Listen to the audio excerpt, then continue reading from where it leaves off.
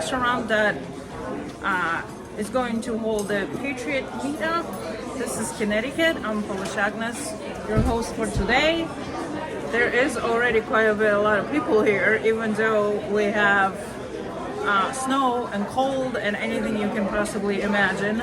But I'm glad that everyone made it, because last time we were supposed to have an event, there was a blizzard, so it needed to be canceled, unfortunately. So this restaurant looks really nice. We have flags around. We have everybody is just wearing something patriotic along with me.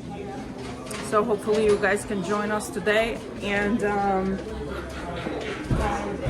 listen a little bit of what's going on in Connecticut and what Republicans are trying to do and how are we trying to change some stuff that's been going on here for years, along with election fraud, because we particularly believe that Connecticut is not necessarily democratic just because of the fraud that has been discovered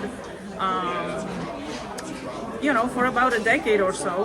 And then also we have very awesome candidates that are going to be speaking hopefully today. They're going to make it because it's still snowing outside.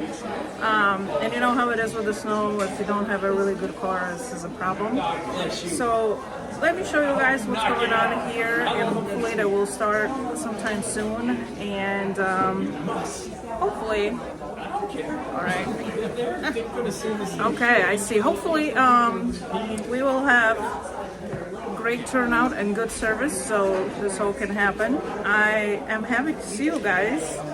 I hope a lot of you can join today, and this is going to be a great stream. Let's see.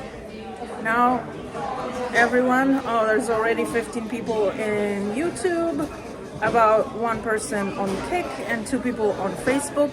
Just to let you know, guys, if you are on Facebook and you are watching from Facebook, I suggest you to switch to YouTube, which is really easy to find me. It's Polish Agnes on YouTube, or Rumble if you prefer. Rumble is Polish Agnes together, just because Facebook will delete the stream, and also Facebook only allows 2 hours of streaming, and that's it. And this event is going to be much longer than 2 hours, as you know, usually the streams are much longer than 2 hours with me. I am not going outside today because, listen, I spent some time trying to make my hair look nice for this. It's not really looking that nice because the wind already blew it out, and this is what I'm working with. So it's extremely windy and cold, so we're not gonna go outside today. But I do want to show you this freaking crazy flag that I have right in front of me on James's car. James is the one who is trying to always organize stuff for us, which I am very thankful for him, because he is the motivator of our meetups, of anything patriotic and Republican here in Connecticut. So we are really glad to have him, and he is the one who did put this flag up there. Am I going to make it? No, I don't think I'm going to make it to show you guys, because I don't really want to go outside. Here you go. There's this flag on this giant pole that goes into this car. It's so funny. But here is the restaurant. So it's not very big, but it's super cozy and beautiful. So let's see what we can show you here real quick before the speeches start. So they're setting up the podium, let's say. Well, I don't know if you guys know that. Look, President Trump is setting this stuff up by himself. I'll show you later. He's busy now. So we have someone who is dressed as president. That's so cool. Then we have our regulars that always join. There are some new faces as well. Oh, there are the pictures going. I luckily do have a good service, so this is going to be great. Because the other restaurant that we were joined did not have great service nor Wi-Fi. Hi. I'm sorry. I just gave you your box. Oh, thank you. Coalition, yes. Yes, it is. Just sitting down and Yes, sit wherever you want. Hey, how are ya? thank you for coming. Yeah, of course. How's the baby doing? Oh my gosh, so many problems. But he's better now. Yeah, so many problems. I'm lost because it's really hard to manage his sugar and insulin. And apparently I overdosed him again. I guess he went into a remission. I don't know. I guess he does not need such a huge dose anymore, and I just didn't know because I wasn't testing. Yeah, they tell you. You're not a vet, and you don't know what day do I give him this much, that much. I'm a little upset with my vet because they did not really explain almost. Is he diabetic? Yeah. Okay, because sometimes you give insulin for other reasons. No, he is. His sugar goes crazy. Let's see if I can find anything on any of my drugs. Yeah. You know, something. I don't know. So I've learned it's probably better to skip the dose than it is to just overdose them. And when you do, it's so hard to bring his sugar up. And this is what happened like last time again. I had to bring him to emergency. Like, I can do this. Yeah. I mean, it's just I'm not even home enough. That's what the problem is. Oh, I think it's starting. I'm going to wait till about 2 o'clock to get things started. Everybody's okay with that? Everybody okay with that? Yeah, people are still coming in. We're still waiting for more people to show up. Yeah. And I need to eat something. Ah, look at this. If everybody's okay with that. Look at this one, guys. This is cute.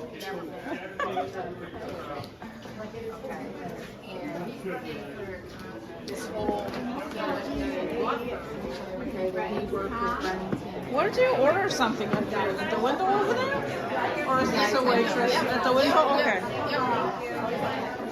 Yeah. That makes sense? No. Yeah. This is really cozy. I love this restaurant. It's so nice. Oh yeah? It's reasonable. Yeah. So maybe I should join that. Yes. I told him that. And then you get how many did you get? Oh. Yeah. I like it because it's like bright and airy, you know, and oh yeah, it's really nice. I've never been here before, to be honest. But I like it because I have a good service here, which the other restaurant it was such a struggle because I didn't have service and their Wi-Fi is terrible. So this is much better. I'm like full service. This means the stream is gonna flow.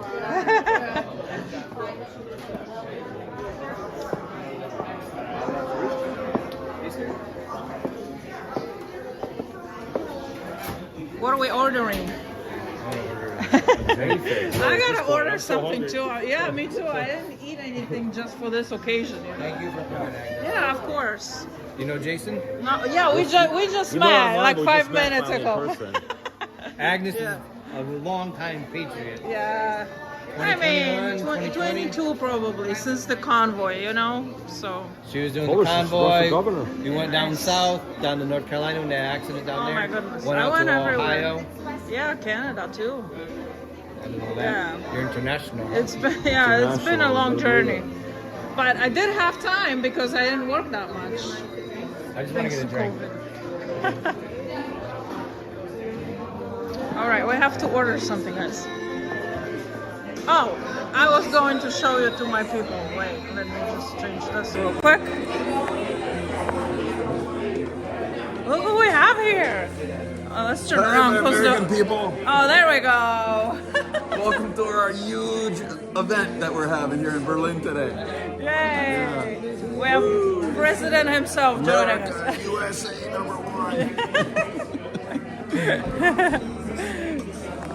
That is cool. I am so upset it's snowing. What's Oh with the my snow? gosh. Is it ever gonna stop? I don't know. It seems like every single weekend. I mean, last weekend we were lucky, but I didn't even know it was supposed to snow. I like woke up to snow. I mean, even at Mar-a-Lago at the Winter White House, it's Yeah. cold. I know.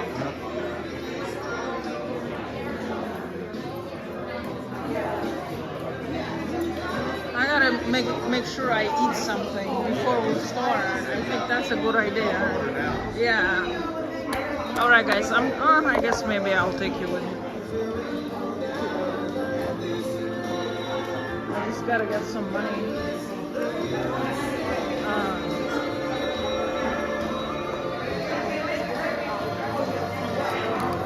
I always start these things like way too early.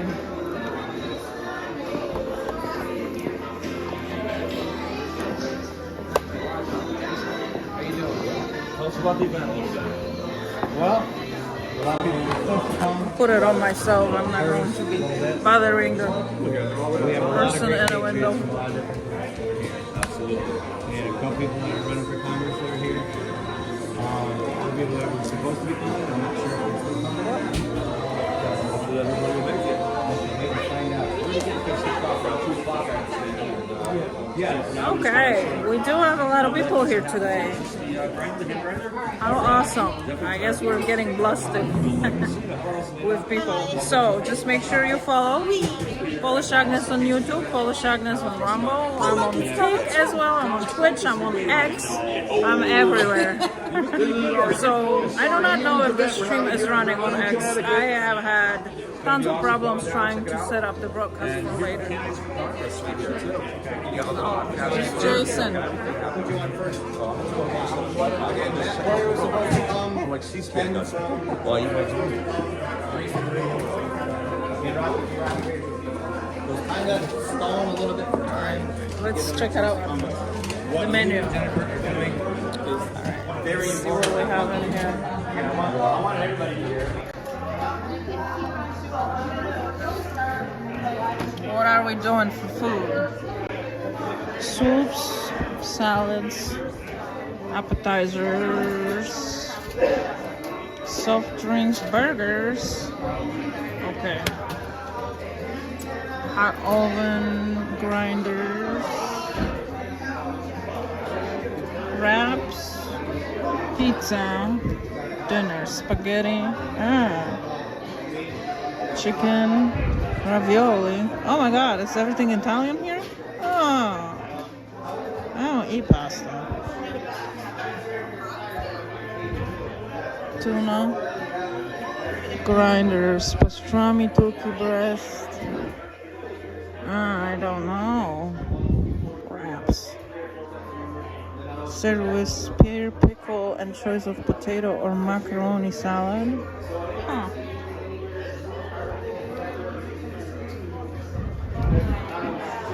Okay.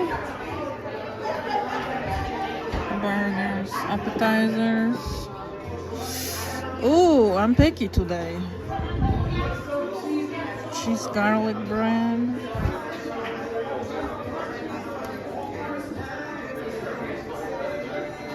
Oh my goodness, grinders around.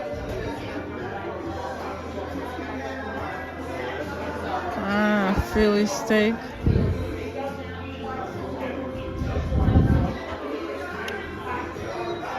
Oh my god, I don't want to freaking...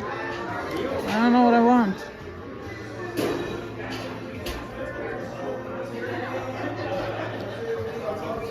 I think I'm gonna do gyro beef.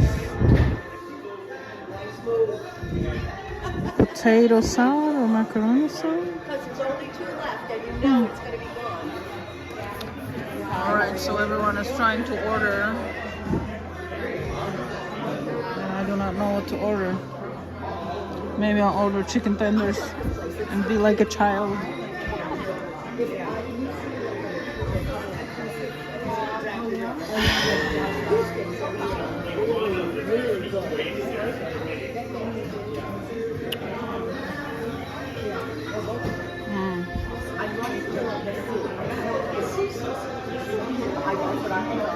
Right, look.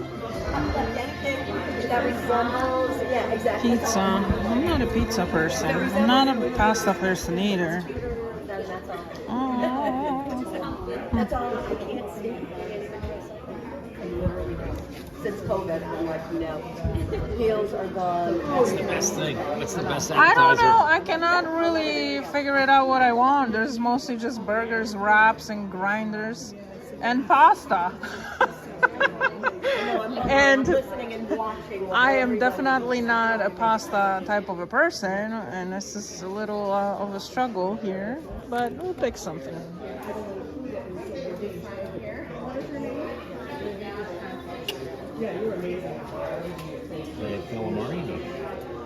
Oh, let's see if they Appetizers, onion rings.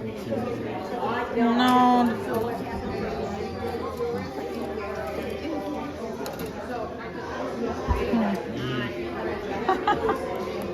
It's kind of like not my faves.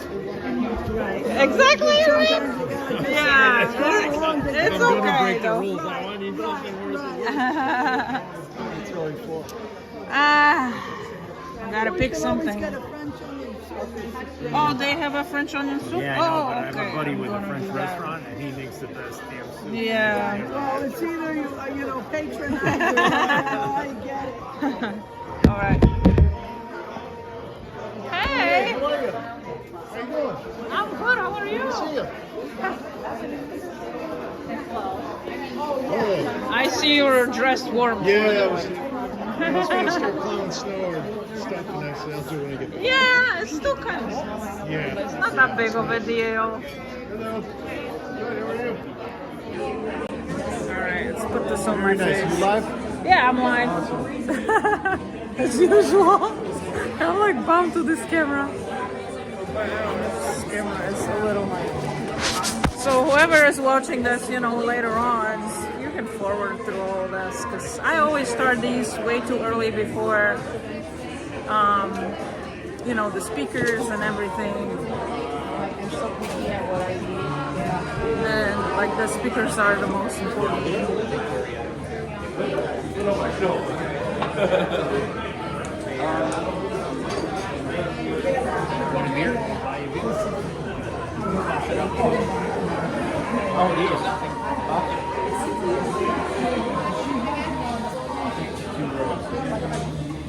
Is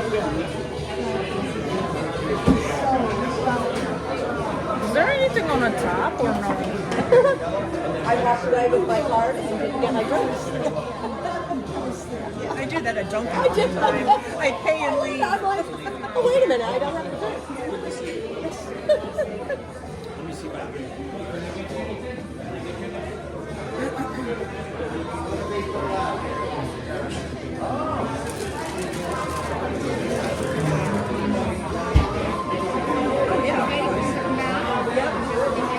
Johnny, she's waiting for you.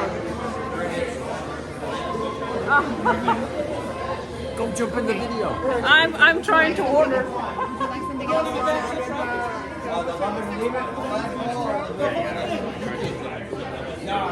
Gotta order at the window, guys.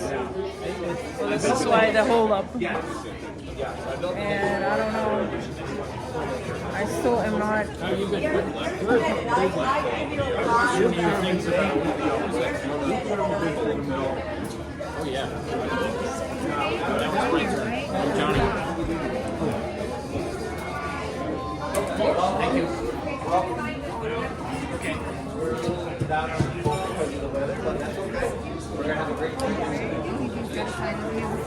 John, you gotta sign. Here's your card. We're quite a group, I'm sorry.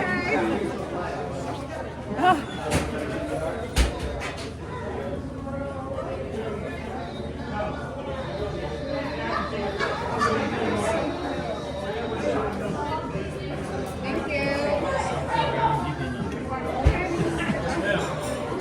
Like Debbie, nice to meet you. This is Roseanne.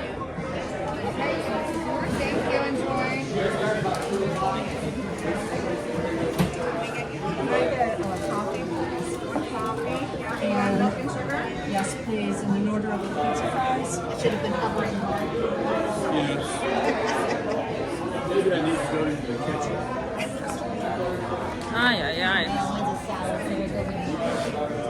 I got a concept.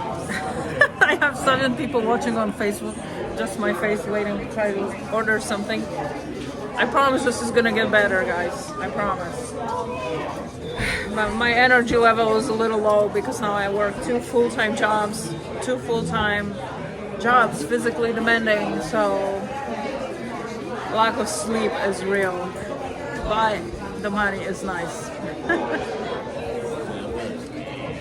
I couldn't wake up today, to be honest with you. I got up at 11:30, so I was afraid I was going to be a little late, but luckily I'm not. I'm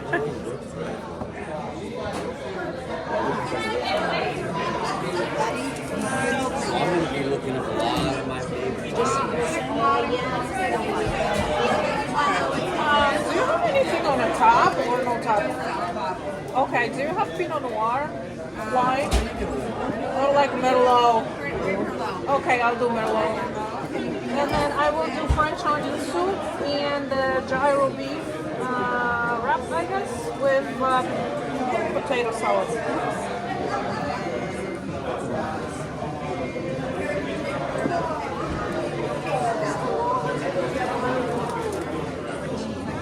Do you want the menu maybe? I'm good. I already placed an order. Oh, all right. French onion soup, beef gyro, potato salad, and one Merlot. Yes. Okay. It's going to be 3303. I think they said they're going to call your name when it's ready. I've been waiting for a while. Oh, yeah? Okay.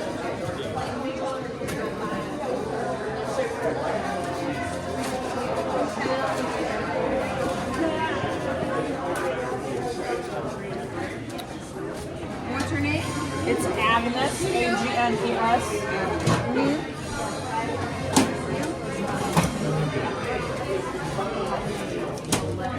So you're gonna call my name, is that what I'm getting? Okay, perfect. Thank you so much. Just call very loud because I may not hear you. Thank you. Because I'm halfly deaf, you know. How are you? I'm good. How are you? Good. Oh, maybe I'll get my wine right away. This is a little different, you know.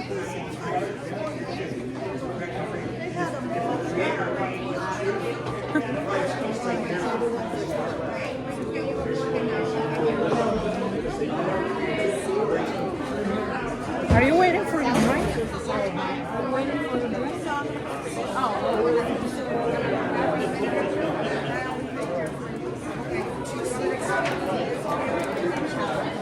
This place is busy. This place is busy. I love it. There's a lot of people. I want to go and talk to someone. Let's do that very soon. You want to talk to someone? Yes. While I'm waiting. Tell me your story. I don't think we ever met. Oh, maybe we did. I did not. I don't recall you at all. Okay. My name is Phyllis Portaro. Grew up in the south end of Hartford. Hartford. That is tough. Not like it is now. Okay. It was a very strong Italian neighborhood, Franklin Avenue. Everybody knows it, the bakeries, the blah, blah, blah. Very family oriented. We didn't all have a lot of money, but we had love and community. It was awesome. Yeah. A lot of us still gather. We still Italian, do the Sunday dinners, the family gatherings. You know, went to high school. And love Trump. Love our country, fighting for it. We love everybody, but we got to know who we are. have issues. We have issues here, especially in Connecticut. It's been upsetting for quite some time. Very upsetting. I know this is probably being podcasted, and unfortunately, I can't say some things that I know, but I will off the air. That you would like to hear. But we're here with like-minded people. It's safe, it's fun, it's love, it's joy. What is there not to like about it, right? So, thank you for all you do. Yeah, of course. And your name is? Agnes. Agnes. Yes. Okay. It's Polish Agnes I know. on I YouTube. I can tell by the. Yeah, well, I'm Polish, so you know I love Italians because we're so similar in our culture, religion, culture, family, and all that stuff. So absolutely, yep. We have a wedding. It's for 4 days. yeah. Yep. the food, Yeah. anybody's welcome. Yes. You know, Exactly. and that's what I was just saying the other day that about with Trump, that if you really watch him, he's very, you know, comfort. He'll hold your hand. Yeah. He's, you know, thankful. Thank you. Yeah. He's really got a lot of good. Unfortunately, when he fights back against the evil at him constantly, they can't handle it. Yes. But you know what? You hit somebody in the head long enough, hard enough, Yeah. they're going to say, you know what? I'm done. So he You know, punches back. I think we don't really see enough of his softer side because we mostly just see his bluntness, you know, the way how he pushes, the way how he's determined. And, you know, I did think about that, you know, lately with everything that's been going on, you know, with Iraq and with Venezuela and with all that stuff. And I was thinking to myself that I would not want to be in his shoes. Even though I am a person that is kind of also tough and, you know, blunt, and I will tell you right then and there what I think about you. I don't sugarcoat things, and I just like the truth. And even if it hurts, you know, I will things never need to get insult you resolved. personally, Yeah. but if you come at me, there's a problem. Exactly. Yeah, And you know, doing the right thing is never easy because a lot of people will just choose to avoid, not to deal with things, you know, and we do have the president that literally gets right then and there and he deals with things. Down and dirty. And But just for America. yes, I know. Everybody's welcome, Yeah. but not the ones that want to take our country over and take it down. And now, you know, I mean, a lot of people is just upset with a lot of things that are going on in Connecticut. And lately what is happening, people just found out that we are not going to be able to deduct the tax on tips and on overtime. I called in on the radio the other day with Betsy about that. You know when I found this out? When I just started my second job working for someone. Because most of my life I actually really work just for myself. But now I'm working for a company and I'm strictly just there for benefits, to be honest with you. Whizzing out with a lot of And people. yeah, and I was like, I have a possibility of getting some overtime going, you know? Not that to help your budget, but I was like, I wonder if I'm going to be able to deduct the tax on this overtime next year, you know? Right. And I started digging and I found out that Connecticut, something that they can't control, but we've already guaranteed. like I said to you, I'm going to tell you things off camera, that you will And I'm just like, what is comeback? We are not able to do this in Connecticut and they just voted this. I was like, what? Exactly. I'm just like, was it Kid DeLauro I was talking about? He's like, if you make under 150,000, you still, well, because I'll be retiring, so my pensions, it's like, not tax on tips and overtime. Yeah. And he said, if you make under 150,000, it's still going to be. you say you don't want it anymore. Everybody says they don't want it anymore. So that's true. No. It won't be for long. And they're going. Wallet barrel. A lot of us don't know what's going Yes, on. I know. And I know just with Reese here alone, he is to fight for this. Bring him down. I Bring him mean, down. we need a change. It's been so expensive here. And people just brush off this financial, like the crisis, affordability crisis that it's here right now. It's crazy. And you can see the housing going up, and they But call you it know- affordable, but it's not even No, affordable. but what That's he a just lie. did is like he put a cap on rents for out-of-state landlords. And I said, what are you doing? How about the farming? How People about are the going to different lose their houses. Yes, Because if you don't 100%. have a way of raising your rent, for example, because your taxes went up as a landlord, you're just going to get rid of this person and get another person in. That's going to destroy it. That's going to bring I it. was like, no, why are you putting these laws all over the landlords? You have to go the other way around. Common sense. This is what Trump talks about. Common sense law. I just For the can't. working people, the 9 to 5ers, Yes. those that are just just trying to get along to go along to get along. Yeah. And you're stopping on Yeah, I don't think we have a on- sit-down here. Yeah, I know. and the voice has to continue. Oh my The voice has goodness. to continue loud and proud. I was laughing, Lamont, because when the SNAP benefits started, they were not going to be distributed because the government was shut down and right? And this and that and the other thing. So we find out that Lamont has $500 million overages from taxes, right? And I'm just like, wait a second, wait, hold All on. of a sudden, you just decided to put that towards SNAP that Trump has taken down. Where all of a sudden this money has come from? Yeah, exactly. How about helping Us. seniors? How Yeah. about? We know. I mean, we know the energy crisis. You know, that's why I'm concerned about that train derailment. It's Yeah. all propane. Yeah. What's up with that? I don't know. That I'm a little. Of course, we're always thinking against energy, Yes. right? I So- mean, they are now trying to destroy North Carolina with everything that they have, 100%. blizzards, you know, Oh, yeah. Yeah. hurricanes and whatever, floods and all that, because they want North Carolina. Oh, absolutely. And do you? I don't know about you, but I'm one because I call in a radio show pretty much pretty much how many times a week, and I talk about the chemtrails that are going on. Oh, yes. And they frighten the yeah. bejesus out of me. And it's funny because they want to take down the farmers. Yeah. The chemtrails are ruining all our growing, the soil, the nutrient in our soil. Yeah. And then ironically, we ran out of fertilizer last year because Yes. supposedly it comes from Russia. Yeah. So, you got to put the puzzle, the pieces together Yes. to see what's really going on. And then they want to destroy our foods as he wants to. Yeah, I know. So I am so how do- excited about.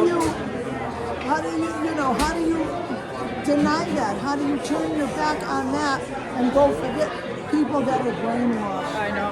Now I want to ask you a question. This is kind of, somebody was telling me about I live in Weathersfield. A house in Weathersfield, this woman, Yeah. 2 children and a husband, has a huge sign on her front lawn that has a woman's lower anatomy. And Okay. it says, isn't that disgusting? I mean, Frico, and it says, stay out of my uterus. Now, is that something that can be in the neighborhood? Near a school? Oh my gosh. I find that, I'm offended. That's not my gig. Yeah. I'll play any game. You deal the cards, I'll play the game. But to me, that is, I think it we ought to be starts. protesting in front of her house. I think it starts with how people really were raised. Because in my I think opinion, she's if you were raised the right way, you would never want to get rid of a baby, first of all. That's a whole nother story.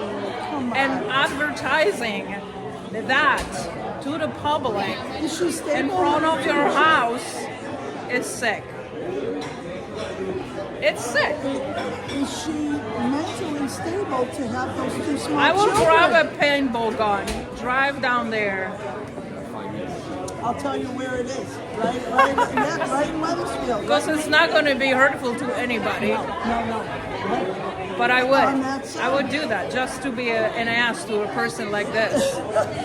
Well, you bring it. That's what I'm saying. You bring it to the. You But bring this it to is the what you're table. teaching your kids. This is what to take the D, okay, not worry about it, because then everyone has to stay out from your uterus. This means it's okay to get abortions. And I tell you what, you have to worry about abortions because after that you may never have kids later on. And not only that, come to Connecticut and we'll pay for your abortion. Yes, exactly. Okay? Now, if that isn't criminal Yeah. and sinful, how do you live with this? I don't know. Yeah. No, and not on my dime. I don't even have children, and I'll tell you what, I will die Neither for some. have I. I will die but for somebody's I understand children. the issues, and this is how we're raised conservative just because of our culture, okay? And our culture has never allowed us or me in particular to even think about abortion. We've always been raised to have a family, okay? To have a family with a man and a woman, and never, ever try to get rid of the baby. I mean, yes, there are some circumstances that are allowed, sickness and other stuff that, you know, you may die and all that. We're going to start in about 5 minutes. So, yes, I mean, there's so much birth control that is available. It's crazy. It's not like the 80s, you know? You can go to a clinic and get it free if you have to. I mean, there's the morning pill. Like, you knew what you were doing. That's right. You knew. And the morning pill the next day doesn't even concern, like, it's not even a baby or anything. You know? And I'm just like, come on. Why do you want to be this individual? Why? 100%. Just have some values in this life, you know? Morals. Yes. I want to try something. This Thank you was so fun. much. You bet. All the best. Yeah. Thank you. They're going to start in a couple minutes. So. And then, is that off now? No. This will be on for a while. Okay. I want to Yeah. know your name and Yeah, whatnot, of course. so I can see it. Of course. God bless you. Thank you for what you're doing. Yeah, thank you. All right, I need my wine, guys. Hey! Good. Vacations? No, just work. Yeah.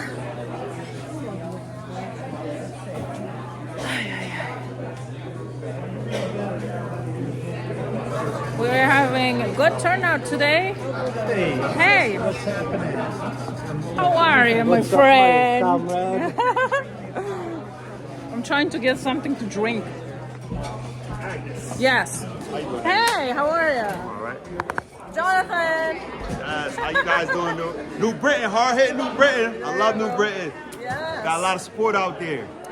We're going to take back the 5th District, finally. I hope so. We got to do aggressive urban outreach.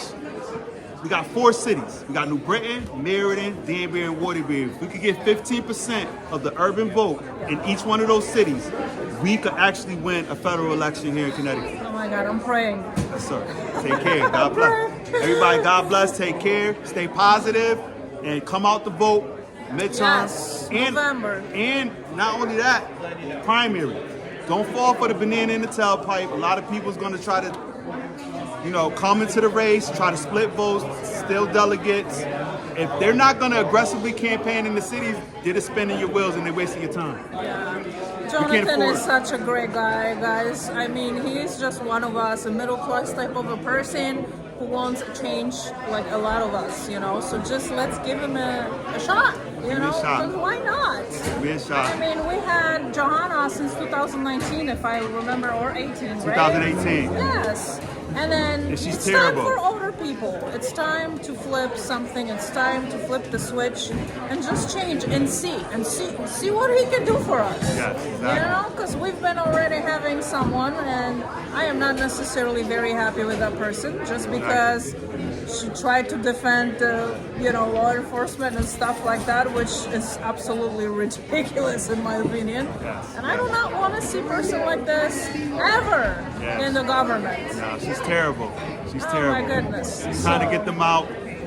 Everybody stay positive, stay focused, and we got to say the constitutional republic, because if we don't stand up for it, who else will? Yes, exactly. Thank you. God bless. All right. I don't know. I don't think I'm getting anything to drink today, guys.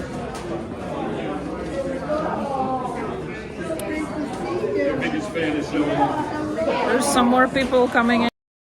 Oh, this lady is a candidate for a governor. Her name is Betsy. I don't remember her last name. Hey, what's up? I know. Hi, buddy. How you doing? Oh my goodness. This is my wife. I don't know, Agnes, I don't remember. But if I Yeah, did, you if I haven't did remembered it. yet. Hi, sweetie. You're such a cute. Yeah, that's my wife now. Wow, congratulations, guys. Holy shit, how did I miss this? You probably didn't put it on Facebook, did you? No, not yet. Okay. You're all right. Not yet. It's awesome that you guys came. Yeah. Wow. have some way to drive, don't you? Huh? Where are you from? Vernon. Oh, okay. Not too bad. Yeah, so we followed him. Okay. Yeah. Find some seats, whatever. It might be already a little packed, but you guys can go You heard about my upstairs. dad though, right? No, I don't think so. What? Yeah, he died from a heart attack. Oh, I'm sorry to hear that. 2 years ago.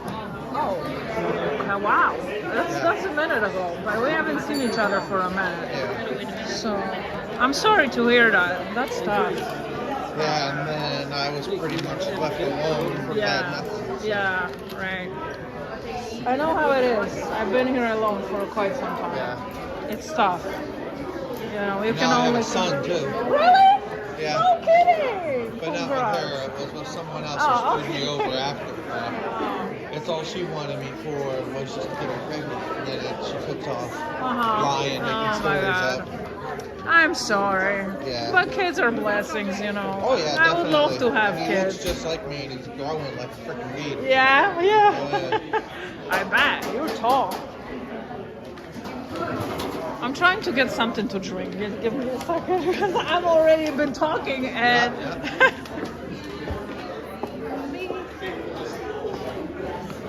So you're Agnes? Yes. I'm the People's Lobby. Hi. Oh my goodness. Nice to meet you finally. You've been streaming Keep and me off stuff. the stream. I don't want to be honest. Oh, you don't? No. Okay. No, So I'll put it on the other side. Not until my Okay, case. gotcha. Not until my case is. I have Okay. a case in DCF.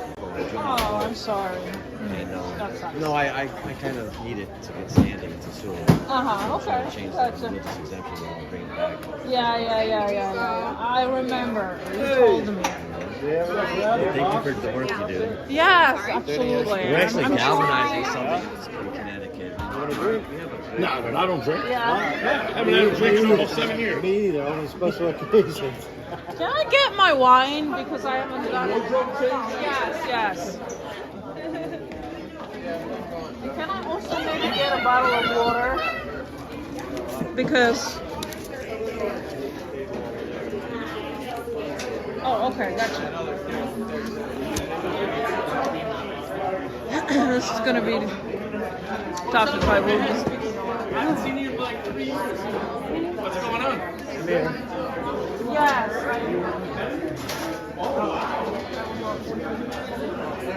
So just grab it from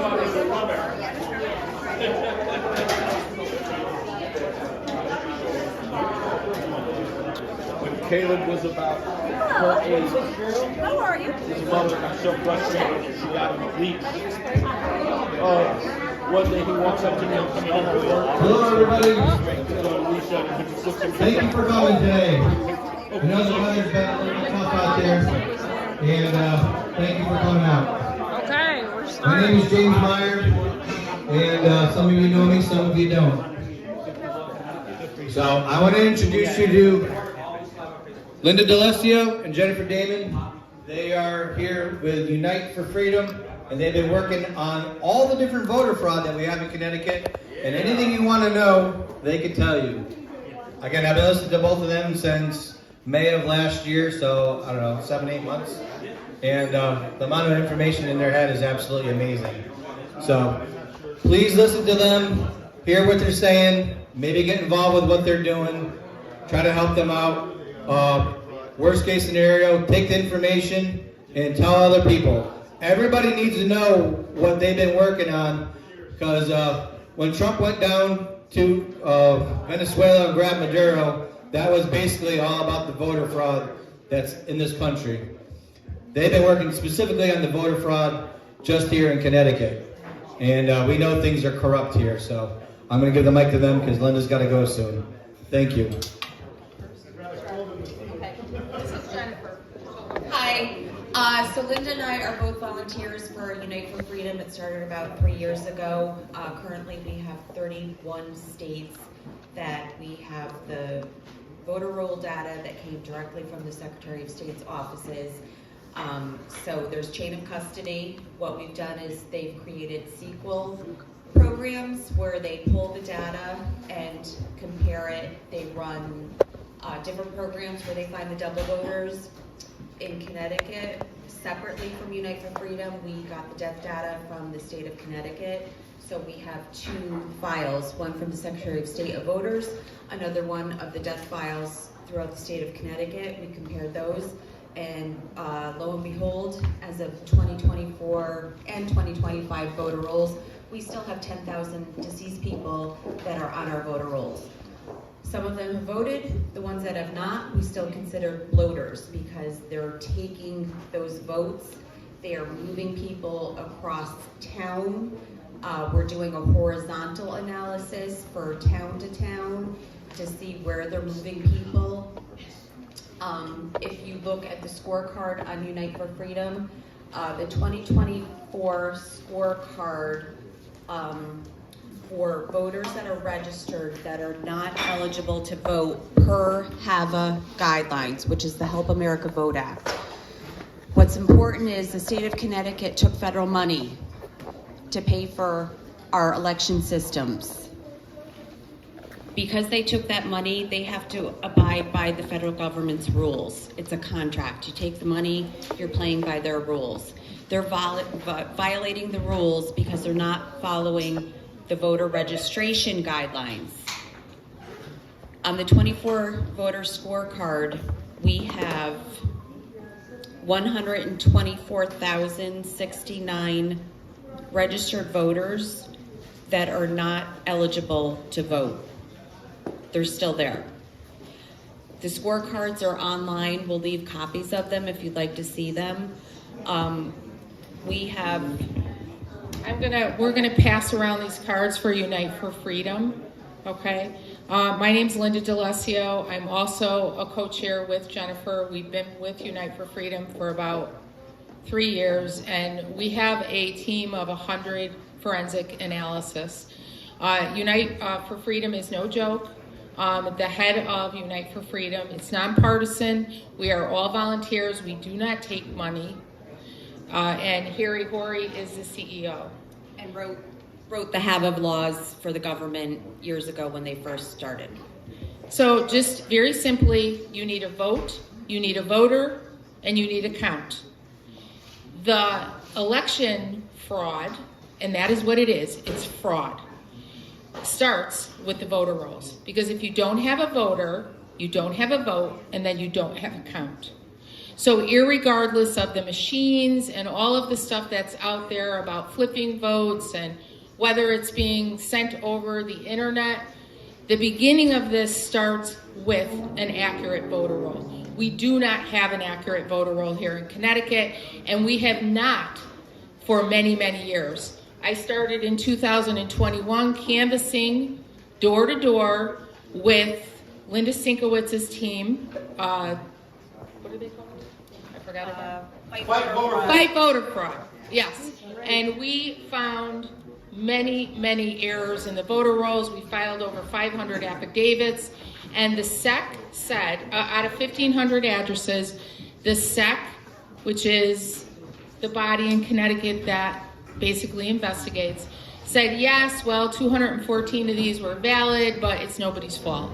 And they did not clean up the voter rolls. So 2022, another legal case was filed for them not to destroy the ballots from the 2020 election. They did it anyways. Both Jennifer and I have been filing FOIAs over and over and over again. You all need to get involved. We are going to be presenting scorecards throughout Connecticut over the next, up until November, in all 169 towns. And we are putting them on notice that they cannot have these numbers. We have over 10,000 dead people. We have thousands of double voters, thousands. And then in 2024, they added 243,000 people to the vote totals that do not exist in the town data. Do you understand? Connecticut's blue. I don't know what color Connecticut is, but it's not blue. Purple. It's just fraud. That's all. And they all have this data. The DOJ's case, we filed with the DOJ in Connecticut, with the FBI, with the Attorney General, with the state's attorney, with the Secretary of State, and with dear Governor Lamont. They have done nothing because they don't care about you. So if you don't get involved, Connecticut is going to continue to go down this dark road. And we need to hold our towns accountable. They have to give us valid elections. We need one day, vote on voting day, because the early voting is another period in the fraud. And we are drilling down on the districts. Right now, we could tell you exactly where the districts are the dirtiest. Stanford being one, okay? Harvard being another one. Actually, New Haven is not that bad, okay? So we are drilling down. We're not going after your representatives or your senators at the state level because we want them to help us. But we are going after those people in Congress and the 2 senators that are sitting in Washington that likely did not win. Whoa! So what we're asking is if everyone, we want you to take a look at the website, sign up for Unite for Freedom, because with the 169 towns, what we are doing, we are giving you the script. You need to get 5 people from your town. You need to go to your town board, and you're going to read the script, and it's a resolution that you want them to sign up to clean up the voter rolls in your town. The registrars, half of the registrars don't know that this is going on. They know that there's problems. They know that their vote counts never match how many ballots to what ends up being at the end of the night, because you can't really go through everything and find those errors. But if you're hand counting, they're easy to find. Your small counting at your precincts, it can be done. So when you go to your town board, you're going to read the resolution, and we will give you the voters that need to be looked at in your town to help your register of voters clean up your town's voter rolls. There's no reason why they're as filthy as they are, and that they are filthy.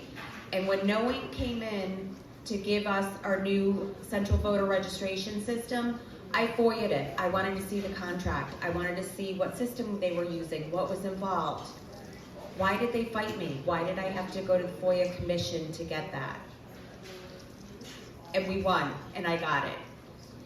Everyone needs to take that extra step, look at things. FOIA contracts when you're looking at them.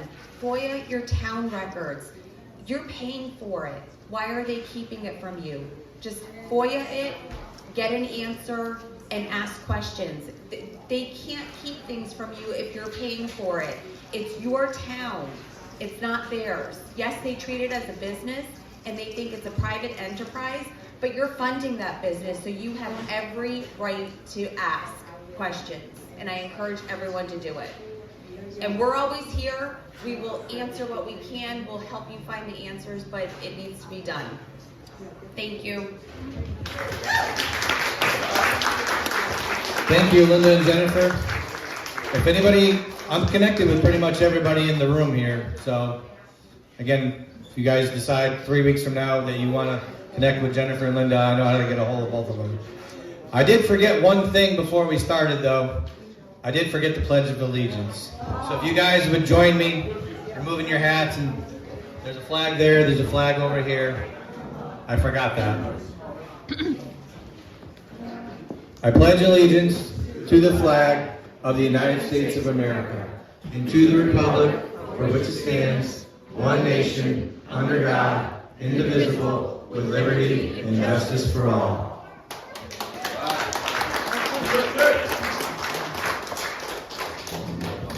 So we have a candidate here that's running for governor. Some of you know, some of you don't. Her name is Betsy McCoy. Did I say it right? I met Betsy on Tuesday down in Greenwich, and so far I like what she said, so I'm going to put her on. Thank you. I'm so glad to be here. I've been looking forward to this. Thank you for the invitation. You're right, I'm Betsy McCoy. I'm running for governor, and I'm going to work very hard to win your vote. I see many friends here, but other people with whom I'm just making friends today. So let me tell you why I'm running. Because our state needs a battle-tested fighter who can clean house in Hartford. Yes. Who can fight for homeowners against Lefty Lamont's housing law, right? And who can bring prosperity to this state by eliminating, I want to underscore that word, eliminating the state income tax. Yes! Yes. Not just trimming around the edges. Let's start with Hartford's war against all of us who are homeowners. That housing law will force up your property taxes even higher and wreck neighborhoods and little towns across this state. Basically, the law says, never mind if you spent years working to afford a single-family home on a quiet street, you can't have that. The government is going to come in and put an apartment building or even a trailer park right next door to your house, all for what the law says explicitly, economic diversity. Let me make it clear that on day one of the Betsy McCoy administration, that law will be a dead letter. Dead. Property taxes, they're crushing us. Home values have gone up 60% in the last 5 years. But that doesn't mean you have more money in your pocket, realized gains, no, to pay those extra taxes. The culprit is a state law that requires every town to reassess homes every 5 years. That law is unconstitutional. And the first day as governor, I'm going to freeze that reassessment law, freeze it, and push through the legislature a bipartisan bill to cap the annual increase in property taxes at 2% or inflation, whichever is less. And for seniors. No tax. Right. Seniors. There are 403,000 households in our state headed by a senior. 310,000 of them own their own homes. And 235,600 of them earn less than $100,000 a year household income. For those people, paying property taxes is in the rearview mirror. Never again. They've done their share, and they ought to be able to stay in their homes. Now, why am I emphasizing home ownership so much? Because it's the American dream. And Lefty Lamont has made it into the impossible dream. But this is our pathway to sweep the state red this November. Everybody says, how are you going to win? This is it. This is it. Because 68% of Connecticut residents own their own home. That's a lot higher than the Republican registration, 68%. That means we can champion home ownership, defend homeowners, and get plenty of Democratic and independent voters to come vote for us. That is how we're going to win in November. I wrote a little poem for you. Are you ready? Yeah. Okay. Owners vote red. Renters vote blue. Fight for homeowners. It will make a winner out of you. And that's what we're going to do. Red and blue. It also applies to those exorbitant energy bills. In blue states, they're gouging consumers, gouging businesses. Red states have perfectly reasonable electric rates. This is not an act of nature. It's not, it can be changed. The reason blue states have such high rates is the politicians are making decisions without any regard to the cost of those decisions. And if Ned Lamont is elected again, our already terrible electric bills will double. Think about that, will double. Because he signed all these contracts to buy offshore wind power. Offshore wind power costs 86 cents per kilowatt. Electricity produced by natural gas or nuclear costs only 46 cents per kilowatt, about half. So who would be crazy enough to sign all those contracts to purchase offshore wind power and then make us pay for it? A crazy ideologue, right? In the Betsy McCoy administration, this state will not be buying any offshore wind. That's just Windbag Lamont's problem. And of course, we will get rid of the public benefit charge, which is just a way for all these left-wing not-for-profits up in Hartford that fly BLM flags and rainbow flags to literally, they're taking the money out of that cookie jar. You're paying that public benefit charge, and it's going for those left-wing not-for-profits. Now, once we lower the electric costs and we lower the taxes, we can bring prosperity back to Connecticut. And that really matters to me because I grew up here in Milford and then in Westport. My dad was a factory worker at the W.E. Bassett nail clipper factory in Derby. We didn't have a lot of money, but this was the opportunity state back then. You could envision any kind of success. The day I won a scholarship to college and my dad put that Vassar decal on the back of his old blue Dodge Dart and drove me to college was the biggest day of his life. The tears rolled down his face. And since then, I've been able to realize successes I never dreamed were possible. I want Connecticut to be the opportunity state again. Instead, it has become the evacuation state, the exit state. Everybody's leaving. Right next door to me, my daughter lives with her husband and their 2 little children, my newest grandson, just 6 months old. Do you think I want them moving to Tennessee or Florida or Texas or South Carolina? No, I want them to stay right next door. And that's why I want to make Connecticut the opportunity state again for my grandchildren and for your children and grandchildren. And let me tell you, that is why last week in the Capitol, I announced that as governor, I will act immediately to eliminate the state income tax. It's over. That's right. Ever since 1991, when that tax was put in, it's been a death spiral for our economy. We can make Connecticut the tax haven of the Northeast, like Florida without the palm trees. Literally. The moving vans will be clogging 95, bringing people and companies in. And especially now, all across the country, governors are competing for business by lowering taxes.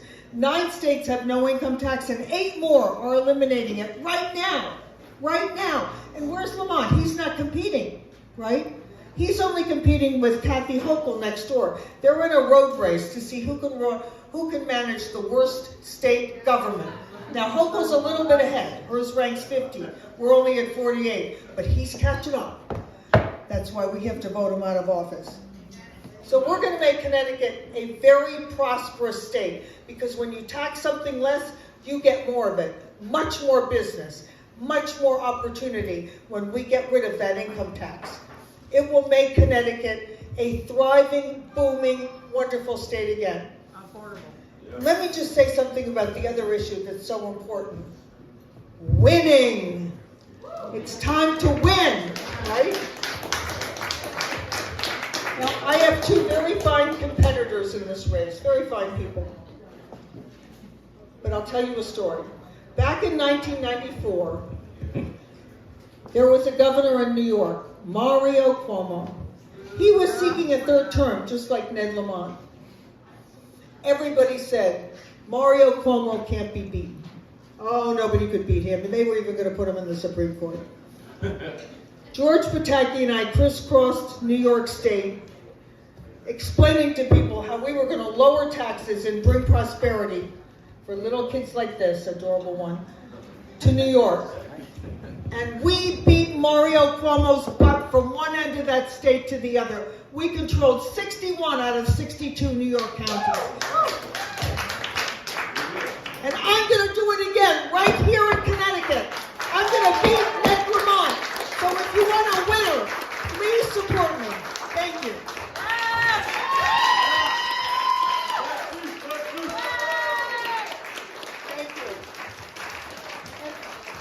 please come to the website, Betsy2026.com. We've got some forms here, right, Jonathan? I am the only one of the 3 candidates. I jumped in very late. Really, I was drafted. Honest to God. So I haven't accumulated all those donations to qualify to get on the ballot with the public system. I have to do it very quickly. So even if you only give $10, which is still a lot of money, please sign up to give something, because it's the number of donors who matter. Really. Sign up with your name, put whatever you can in. I've got to get about 6,000 donors. So you can make a big difference, and I thank you so much.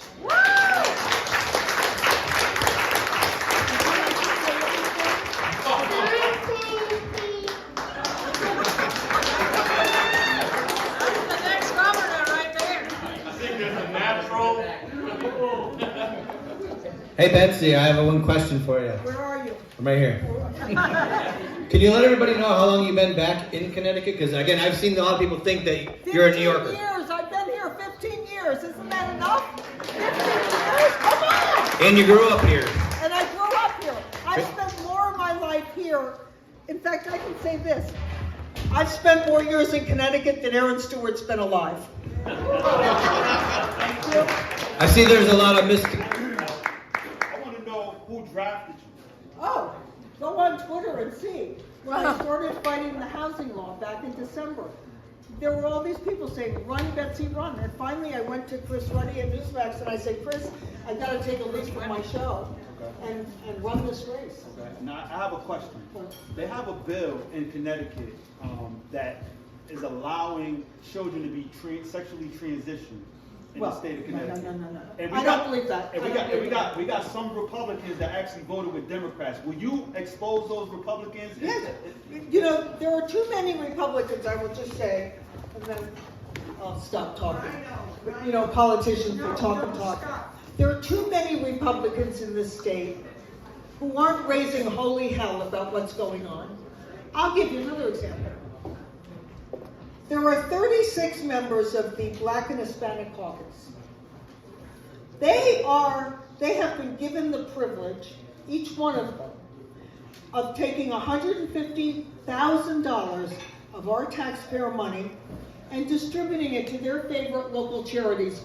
No questions asked. No explanations, no measurement of efficacy or anything. That's just walking around money, vote buying money, whatever you can call it, whatever you want. First of all, it's a terrible thing to give any politician that kind of leeway with our money. But also, why only Black and Hispanic politicians? Hey, that's racism. Right? So why aren't the Republicans and the other Democrats protesting that instead of just going along with it like it's an act of nature, right? We have to really clean house. Bye-bye. Thank you all.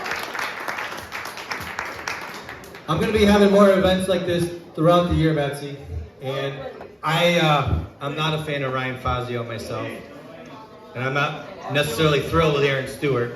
So I would like to invite you back again for more events. Again, I usually have my events up in this part of the state because it's an hour from everywhere. And that's why Massachusetts is an hour that way, Rhode Island's an hour that way, New York's an hour that way. That's a good book title, an hour from it. Yeah, an hour from anywhere. Berlin's actually the geological center of the state, so I would like to invite you back again. Yeah, I don't want her getting hurt. Thank you for coming. I urge everybody to at least try to donate something to Betsy so we can try to help her out. Like I said, even $10 will help. What is the website again? She's over there. Betsy2026. Betsy2026? That's correct. .com or org? .com. Okay. So I met Betsy on Tuesday down in Greenwich, and again, I helped out, gave her a donation. Again, part of it is filling out the form. So, like I said, she needs 6,000 signatures. So if you guys could help her out, I encourage you to do so. You know what I mean? Unless you're thrilled with the way things are currently in this state. I know I'm not. So. She isn't either. No. So, who would like to come up here next? I would. Lorraine. All right. Come on up, Reese. This is Reese from Reese on the Radio. Now, you know I'm not going to share the stage with you. You're way too adorable. You're going to steal all my limelight. Yeah, you know. How are you? You fine?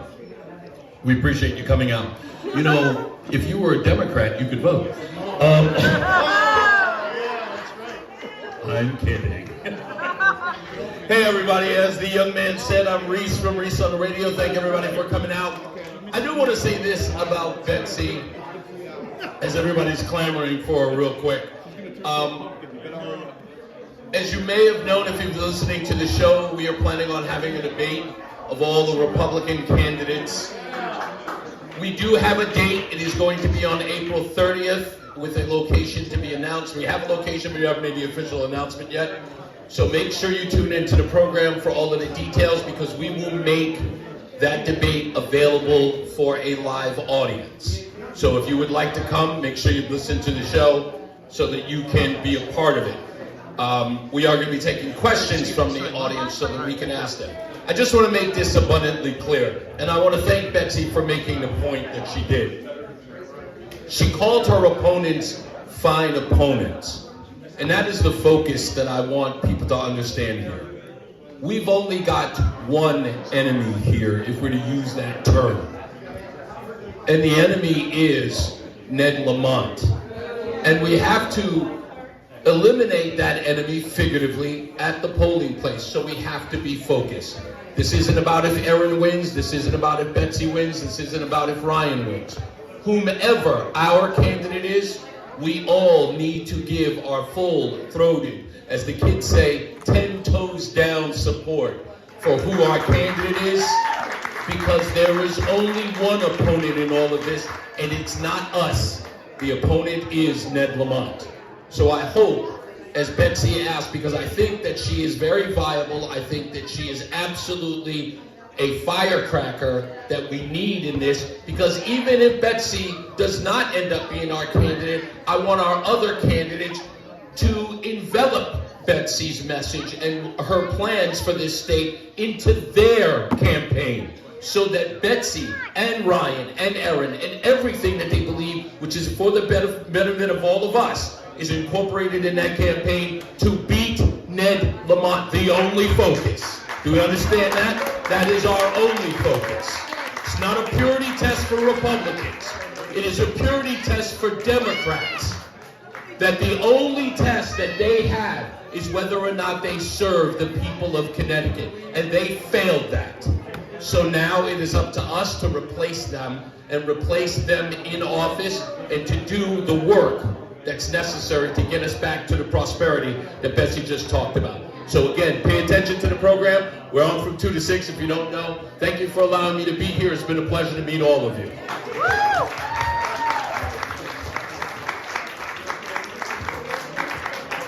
Reese is on WTIC 1080. What is it, 2 to 6? 2 to 6. 2 to 6.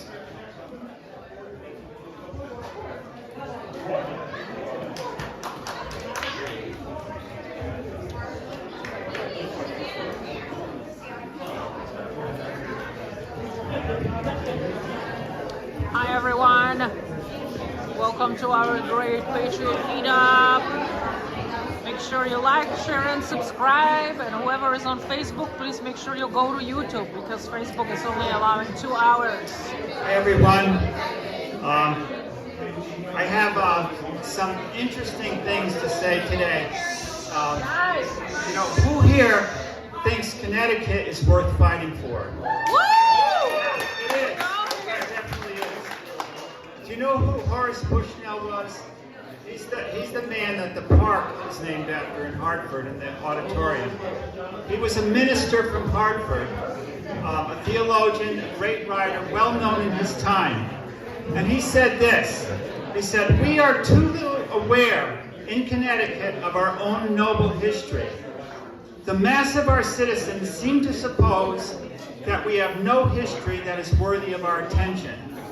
Never were any people more miserably defrauded. Connecticut has a legacy and a heritage with more meaning and value than any other of the 49 states. Alexis de Tocqueville, who was a French political philosopher and writer, he came to America in the 1800s. He wanted to know, why did the American Revolution succeed and why did the French Revolution fail? So he visited all the 13 original states and studied their history. And he said this: Connecticut is one great miracle to me. In Connecticut, we find the germ and the gradual development of that township independence that is the life and the mainspring of American liberty. There are three very good reasons why Connecticut is called the Constitution State. The first and most well-known is that the first written constitution in human history was written and put into practice in Connecticut.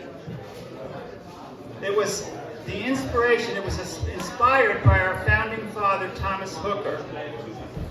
And it was under this constitution that our Connecticut legislature was first formed. In the preamble of that constitution, it says this: therefore, we, the inhabitants of Wethersfield, Hartford, and Windsor, can join ourselves to be as one public state or commonwealth, and to do for ourselves and for our successors, and such as shall be adjoined to us any time hereafter, enter into combination and confederation together to maintain and preserve the liberty and the purity of the gospel of our Lord Jesus, which we now profess. They were saying the purpose of government was to preserve and maintain the purity of the gospel. You know, they were not creating a theocratic oligarchy. They left Massachusetts for that reason. In their minds, there was definitely a separation between church and state. However, there was a symbiotic relationship, a friendship between the church and state, where the state depended on the church to provide a moral population that they could govern. And the church depended on the state for its liberty to preach the gospel. The beneficiary of this relationship was the individual and the family. You know, in the great schematic of human political development, our fallen human natures pull us to one direction or the other, either towards tyranny, which is order without freedom, or anarchy, which is freedom without order. In Connecticut, they developed and ordered freedom. That's our legacy. That's our legacy. You know, this was before the Enlightenment, before John Locke, before Montesquieu or William Blackstone. They created this ordered freedom in Connecticut. And that's what the Connecticut delegates to the Constitutional Convention brought. Roger Sherman and Oliver Ellsworth brought that to the Constitutional Convention. And this worked well in Connecticut for many generations, up until the middle of the 20th century. Over 2/3 of Connecticut's residents went to church every week. Connecticut's government ascribed to traditional family values. I just read a quote by Democratic Governor Ella Grasso in the 1970s saying, "I do not wish to be party to the killing of the children of the poor." You know, so what happened to the Democratic Party since then? You know, it was during that time, in the 60s and the 70s, that the progressives in our government began to gain the upper hand.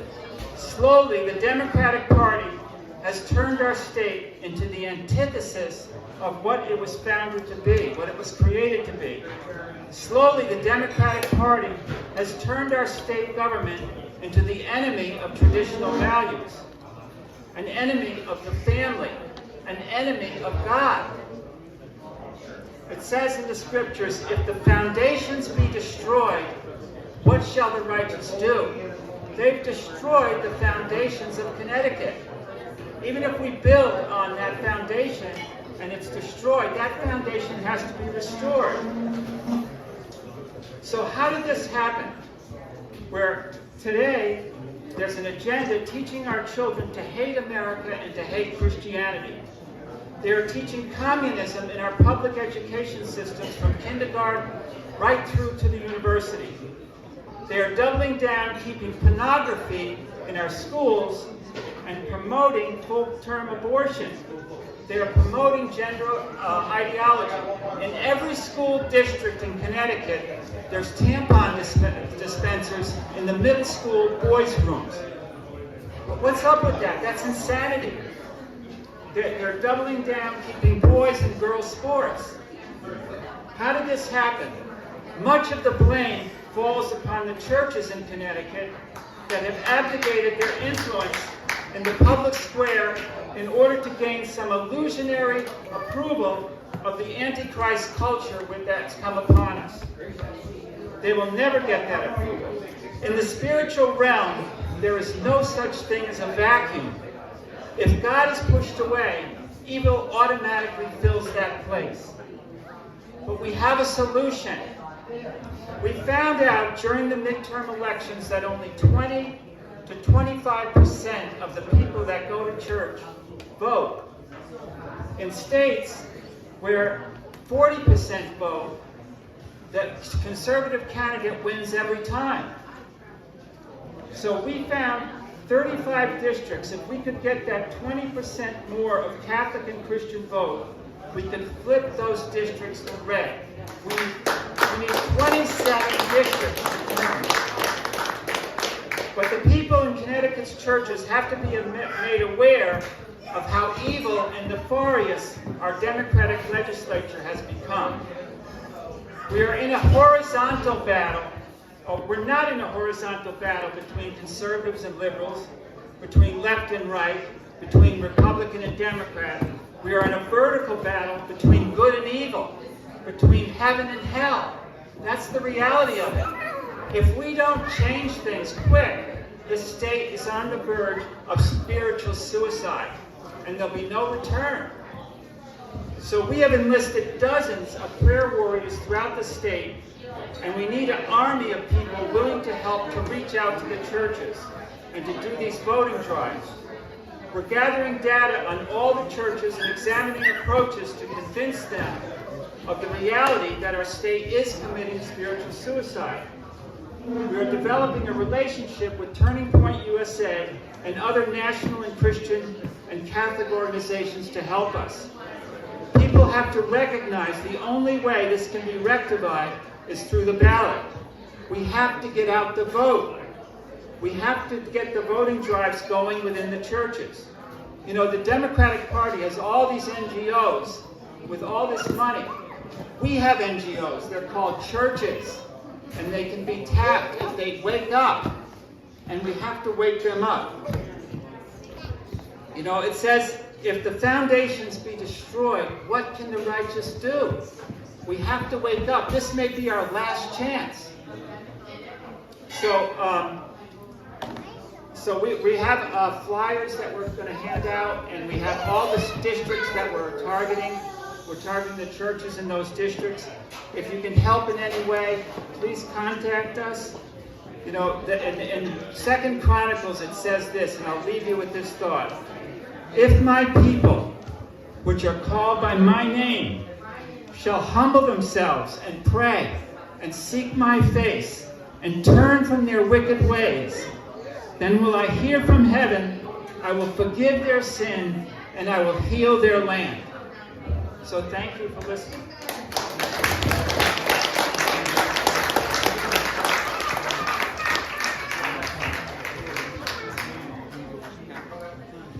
Thank you very much. I want to bring up somebody that I've gotten to know for about the last year or so. I talked to this person on the phone many hours at a time. Been in New York with him, been all over the state with him, and he's going to try to flip the 5th district. His name is Jonathan Debarros, and I call him my friend.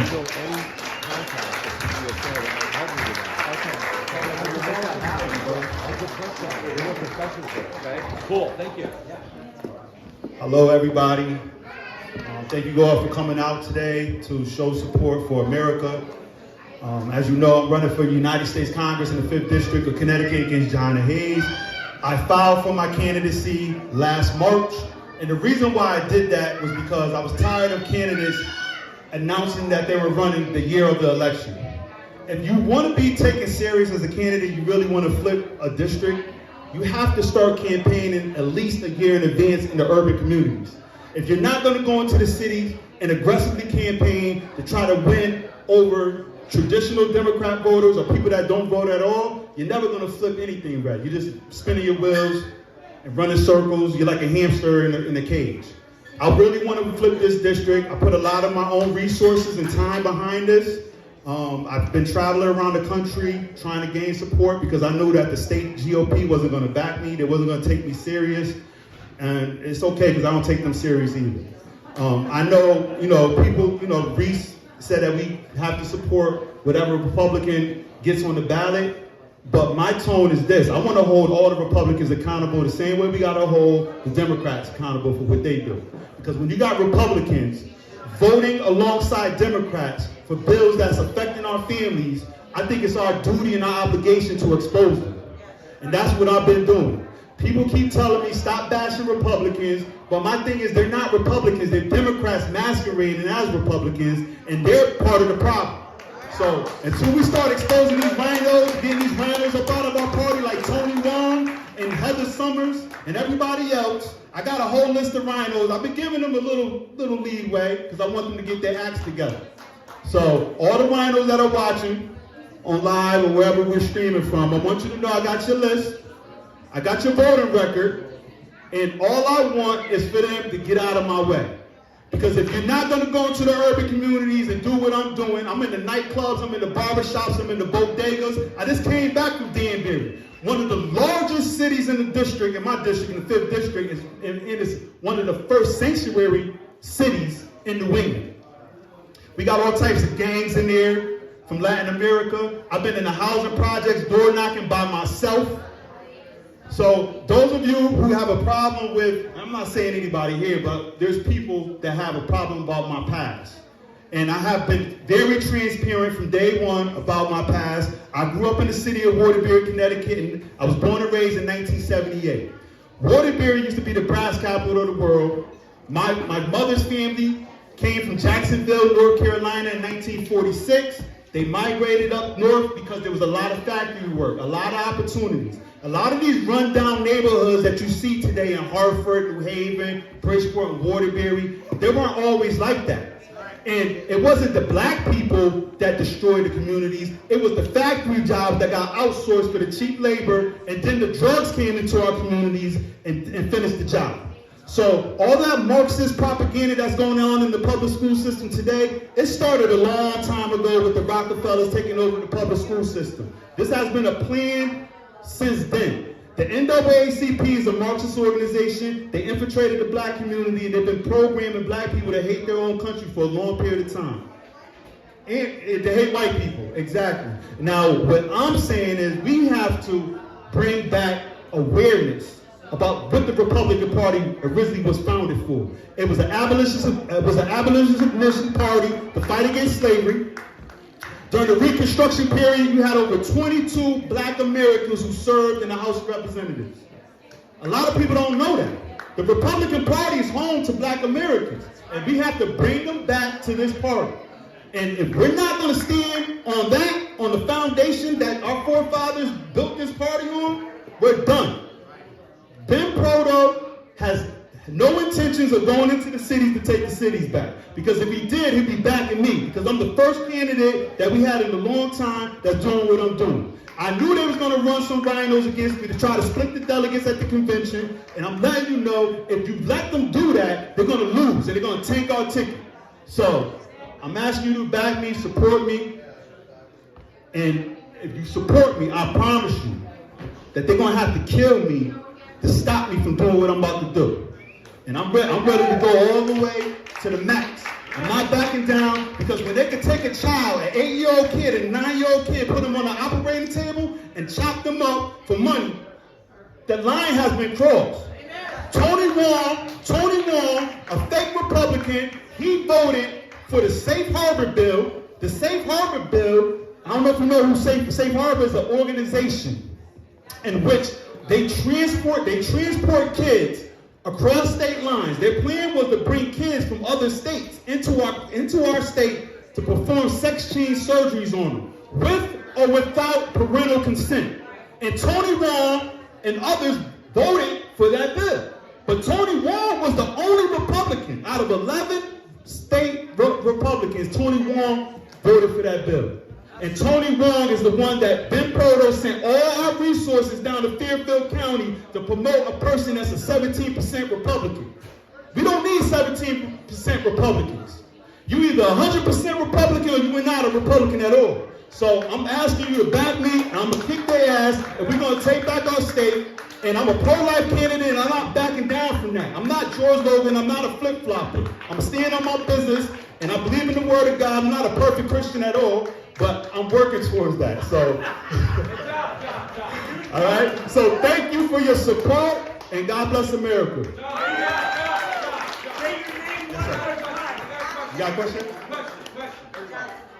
How specifically could we help you get past the delegate roadblock that the GOP is putting on you? How specifically? I got a map on my website. I'm going to give everybody here today a card. You look at the card. You go on my website. You look at my district map, District 5. I'm pretty sure you got an aunt, cousin, a nephew, somebody that lives in my district. You spread the word. You let them know that they got to put pressure on their Republican town committees, regardless if they're a member or not. Call. And you tell them that you want them to endorse me at the convention at Mohegan Sun. Because if they don't, you're not going to win. Because the candidates that they got running in my district against me on that line, they're not going to do what I'm doing. They have no intentions of doing it. They're only there to split the vote to help Johanna Hayes win again. Because they want the system of the Uniparty to continue. I'm here to destroy the Uniparty of Connecticut, which is a communist organization.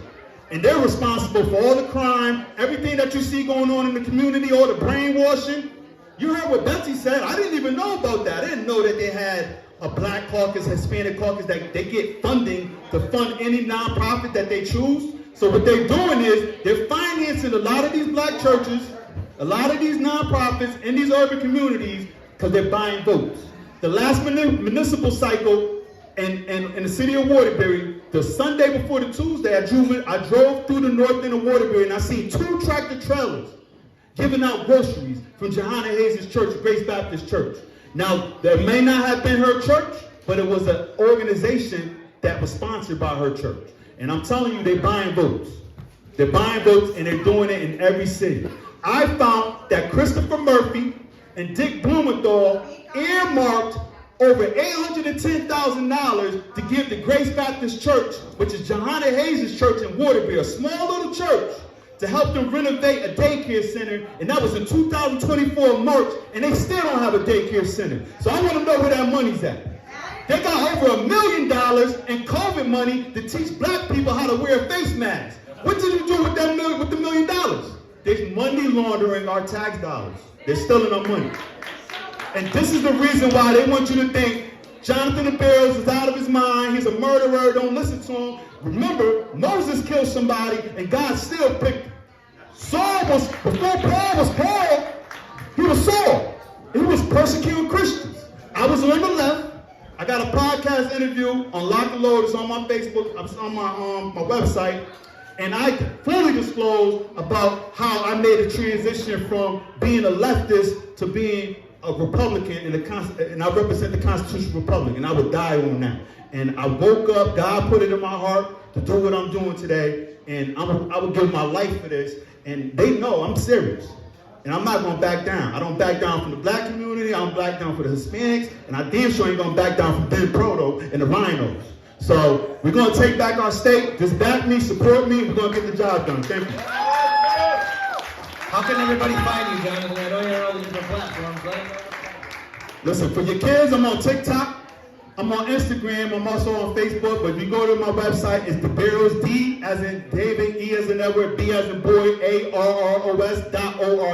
That's my website. I just received the national endorsement for Veterans for Trump. They're now known as Veterans for America First. I received the national endorsement by them. I also received the national endorsement for stand for health freedom. And I'm being vetted right now by the Trump administration, and hopefully I'll get his support. Because I'm the only one that's not going to run away from President Trump. All the Republican candidates, they're afraid to say that they support Trump. And I keep telling them, you're never going to win that way. If you don't represent what President Trump is doing, putting America first, our policies are more superior than the Democrats. So what are you afraid of? They're afraid of the pushback. I get pushback from my own family members, but I don't care. I wear this Trump hat right at my mother's house. Thanksgiving Sunday. Now listen, because you gotta be real. You gotta be true to who you are. If you're not, I'm not a BSer. I don't got time to be BSing. I'm not gonna waste your time. I'm not gonna waste mine. So I'm gonna give it to you real raw, and hopefully you guys respect that. And I'm tired of the BS, because if you keep BSing each other, we're gonna continue. By the time you wake up, next thing you know, you got instead of this flag, you're gonna have the Chinese flag, singing the Chinese national anthem. That's their goal. They want to destroy our country. And if we allow them to destroy our country, shame on us. Shame on us. Shame on us. I'm not allowing them to destroy our country.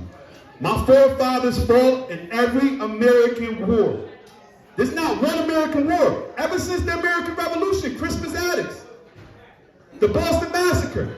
You gotta remember, that was the first integrated gravesite. I went to Harper's Ferry, Virginia, with my wife and my in-laws to pay homage to can't think of his name right now. John Brown. John Brown was an abolitionist. He was from Torrington, Connecticut. He went to Harper's Ferry, Virginia with his 5 sons to break into an armory because he wanted to take guns and give them to black slaves to help them fight for their freedom. I went to where he took his last stand, and I went to his gravesite. He was a white man that sacrificed his life, and he sacrificed his family's lives for my ancestors, and I owe it to him to fight back, and I'm ready to die the way he did. So thank you. You may not be in Jonathan's district, but you can still help him out. I send him articles, different things. Again, buy a sweatshirt, t-shirt off him, give him a donation, whatever he needs. Again, just because you're not in his district doesn't mean you can't help him out. Like I said, I'm not in his district, and I still help him out. I am. I'd like to introduce to you Bill from Convention of States. Bill, you may remember if you were with us back in June, gave an amazing speech at the Cadillac Ranch for us. Let's see what he's got in store for us today. Okay, can I have your attention, please? How many of you saw me at the Cadillac Ranch last month? Okay. June. Feels like. Time goes fast. Okay. My office that I'm running for and I presently hold is that I'm a volunteer with the Convention of States. I signed on to the project, which has been running since 2016. I signed in 2021. This is a national interest that I represent. You see me standing here, but I represent 5 million people nationwide who have taken an interest in restoring the country. The way that we do this is using the Article 5 of the Constitution. Article 5 is the means whereby we add amendments to the Constitution. Up until now, we've used the first of the 2 clauses within that Constitution, and that is through Congress. 2/3 of the House and the Senate propose amendments to the Constitution. Then it goes out to the states, and if 3/4 of the states ratify it, it becomes an amendment to the Constitution. But when that was being formulated in 1787, as they wrote the Constitution, they were 2 days away from signing it. 2 days away from signing it. And George Mason from Virginia stands up and says, do we think that this country that we put down on a piece of paper, this nation, this government, that if they take it away from the people, take rights away from the people, that they'll just give them back? And it was laughter. They all laughed at him. Of course not, George. That's not going to happen.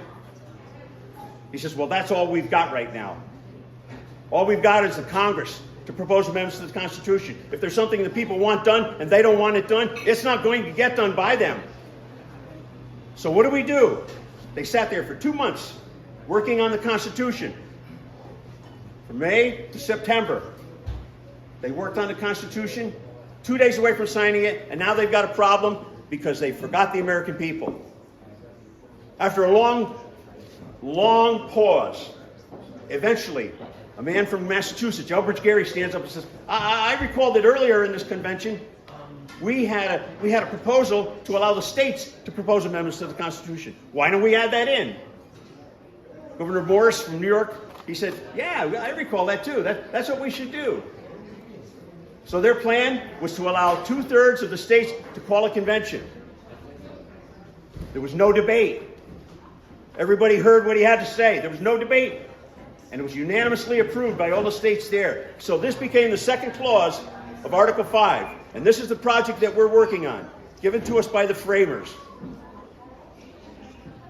Since I saw you last, since I spoke last, January 22nd, Kansas became the 20th state to sign on. We need 34 states. Kansas became the 20th. We're moving ahead. We're moving ahead because we're persistent. Like I said, we have 5 million people nationwide. Kansas was a 2-year project. Back in 23, we had a majority. Excuse me, folks, am I interrupting over there? Am I interrupting your conversation? 2/3 of the states are needed. And Kansas put that into their constitution, that they had to have 2/3 of their legislature to pass anything regarding a convention of states. And what happened was it was unconstitutional. So we were in the courts from 23 to 24. And we got it accepted as unconstitutional, and then they were allowed to proceed. And we won this January with a vote of 80 to 42 in favor of holding that convention. We had a big majority there. It was a big win for us. That vote actually surpassed the 2/3 requirement that they had intended. Because people saw that this was what was needed to correct this country. A legislation, an amendment proposed by the people, backed by the people. We have 27 amendments. This change that we want to make, this improvement that we want to make, requires the will of the people. It requires the will of the people in 2 methods. 1, proposal, and 2nd, ratification. The proposal portion is divided into 3 issues. We want term limits for federal employees, not just elected officials, but people who make the laws that we have to follow. People who are department heads and they sign off on this, and well, then the American people have to follow this law. Well, they should be under review by the American people. We should be able to, they're appointed by the president, so we the people should be able to tell the president, Mr. President, pick someone else. This person is not performing up to our expectations as a people. That's a right that we should have. Consent of the governed. They're governing over us without our consent. We need input into that branch of the government, which is not a branch at all. It's a bureaucracy. Second issue is financial responsibility. I have a budget. I run out of money. But it doesn't seem like our federal government ever runs out of money because they just keep printing it and printing it. And what happens? Our money is devalued. We need responsibility in the way we manage our money. And I'm no accountant, but there are plenty of good people around who know how to manage money, and that's what we want in our government. Good management of our tax dollars. We heard Jonathan talk about how they take our state tax dollars and they just throw it away. It's happening all too often. The great scandals that are happening out there in Minnesota. That's money. That's our money. That's your money. That's my grandchildren. The money they're spending now is yet to be earned by my great-grandchildren who haven't been born yet. They're spending their money. This country's in debt. We owe our children. We owe our posterity an opportunity to live free of debt. which we haven't had for quite some time. And the third thing is the overreach of the federal government. Those three issues. Term limits, responsible spending of our money, and a stop to the overreach by the federal government. Now, my state director here, she gave me the opportunity to talk on that issue early on in my volunteer days. And that overreach of the federal government happens by way of the Supreme Court. Necessary and proper. Let's start with necessary and proper. Sounds good, necessary and proper. They want to do everything that's necessary and proper. Well, for the person proposing that legislation or those rules, of course it's necessary. But is it proper?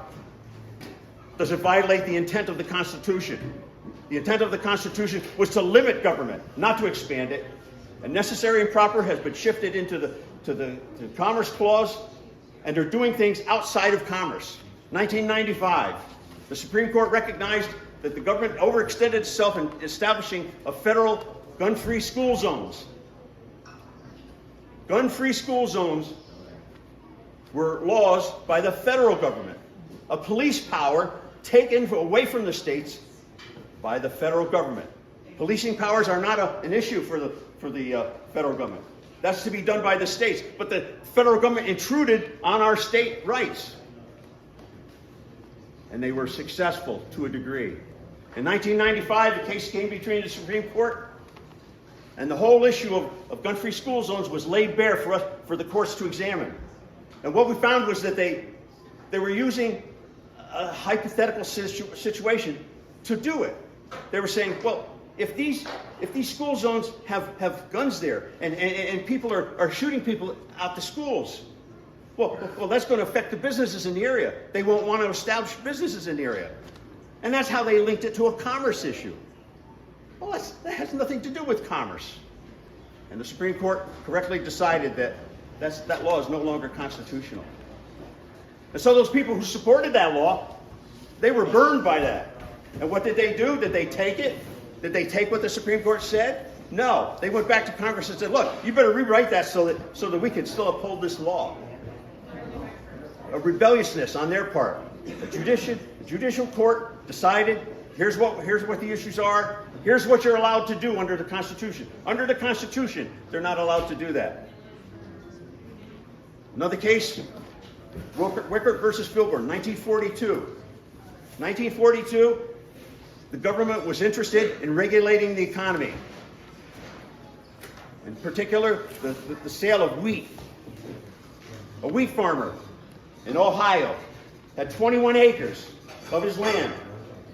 And he was told that with his land, he could only put crops, a wheat crop, on 11 acres. That's it. That's what they allowed for this man. He had 21 acres. He was supposed to let that go, not produce all that wheat. But he went ahead anyway, and he did it. Because, you see, he was keeping the other portion for himself. He was going to feed his livestock. He was going to make bread. He kept it within the farm. So it really didn't leave his farm. It wasn't a matter of commerce.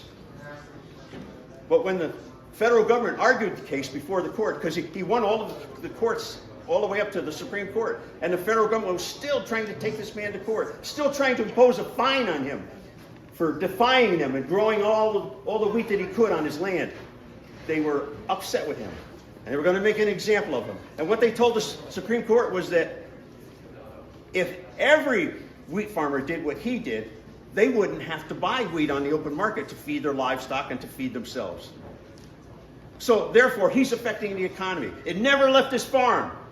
And they were able to penalize him for growing wheat for himself. Think about that. I grow tomatoes. Could the federal government come after me for not buying my tomatoes because I grow them in my own land? That's a violation of his rights, a violation of my rights, a violation of all of our rights.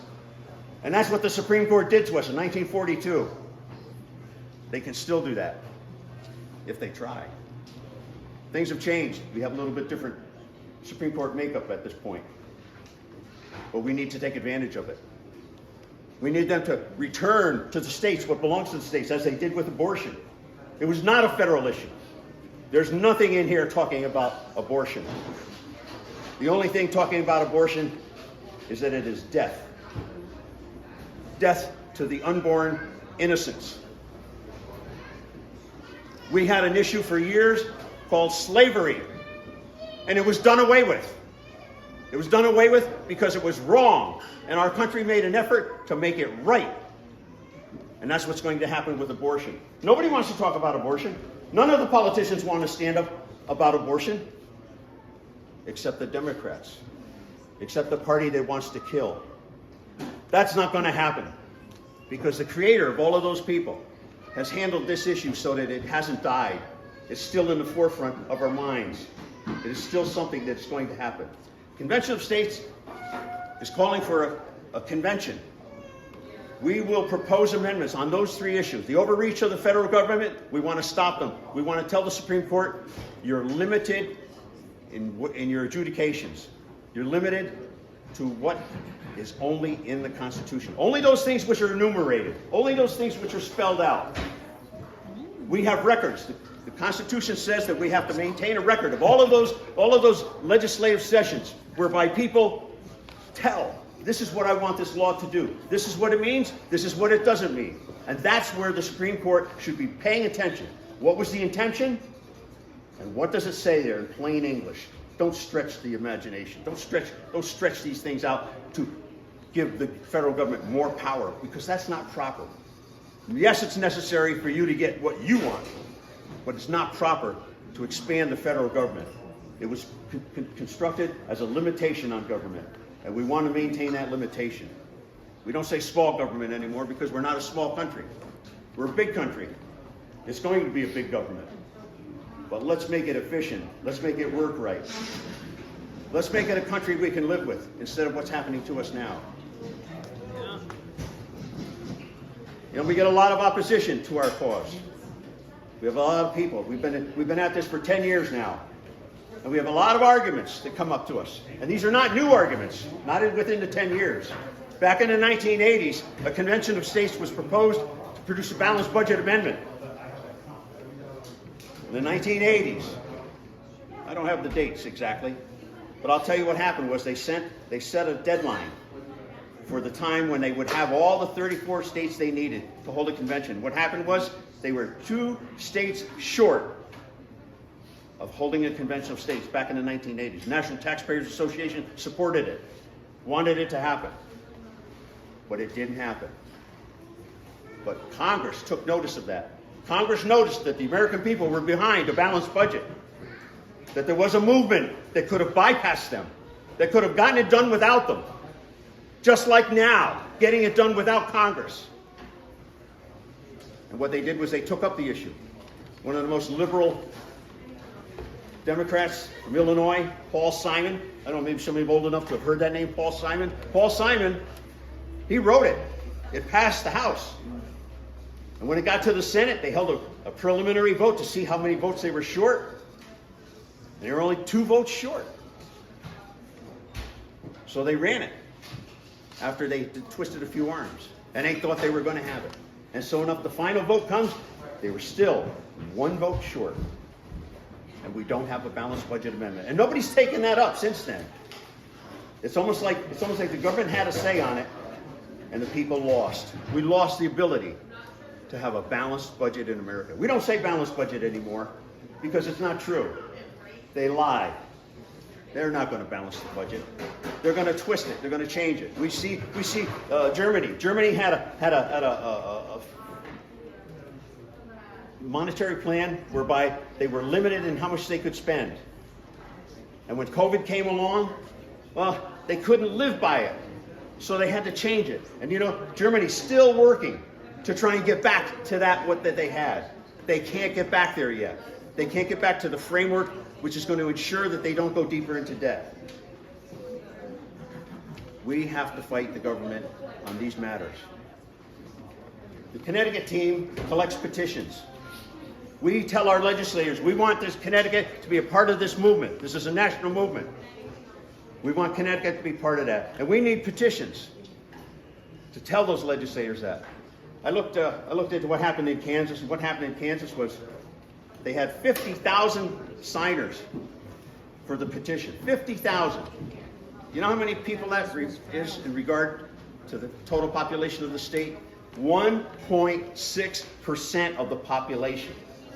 1.6% of the population of Kansas was working or signing or agreeing with the Convention of States.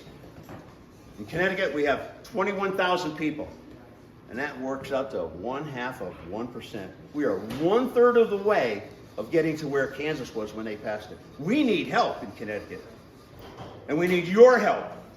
I'm here, I go to fairs, I talk to people. We need you to talk to people. We need you to understand this issue and not sit back. Doing nothing is not an option. This country will crash if you don't do something.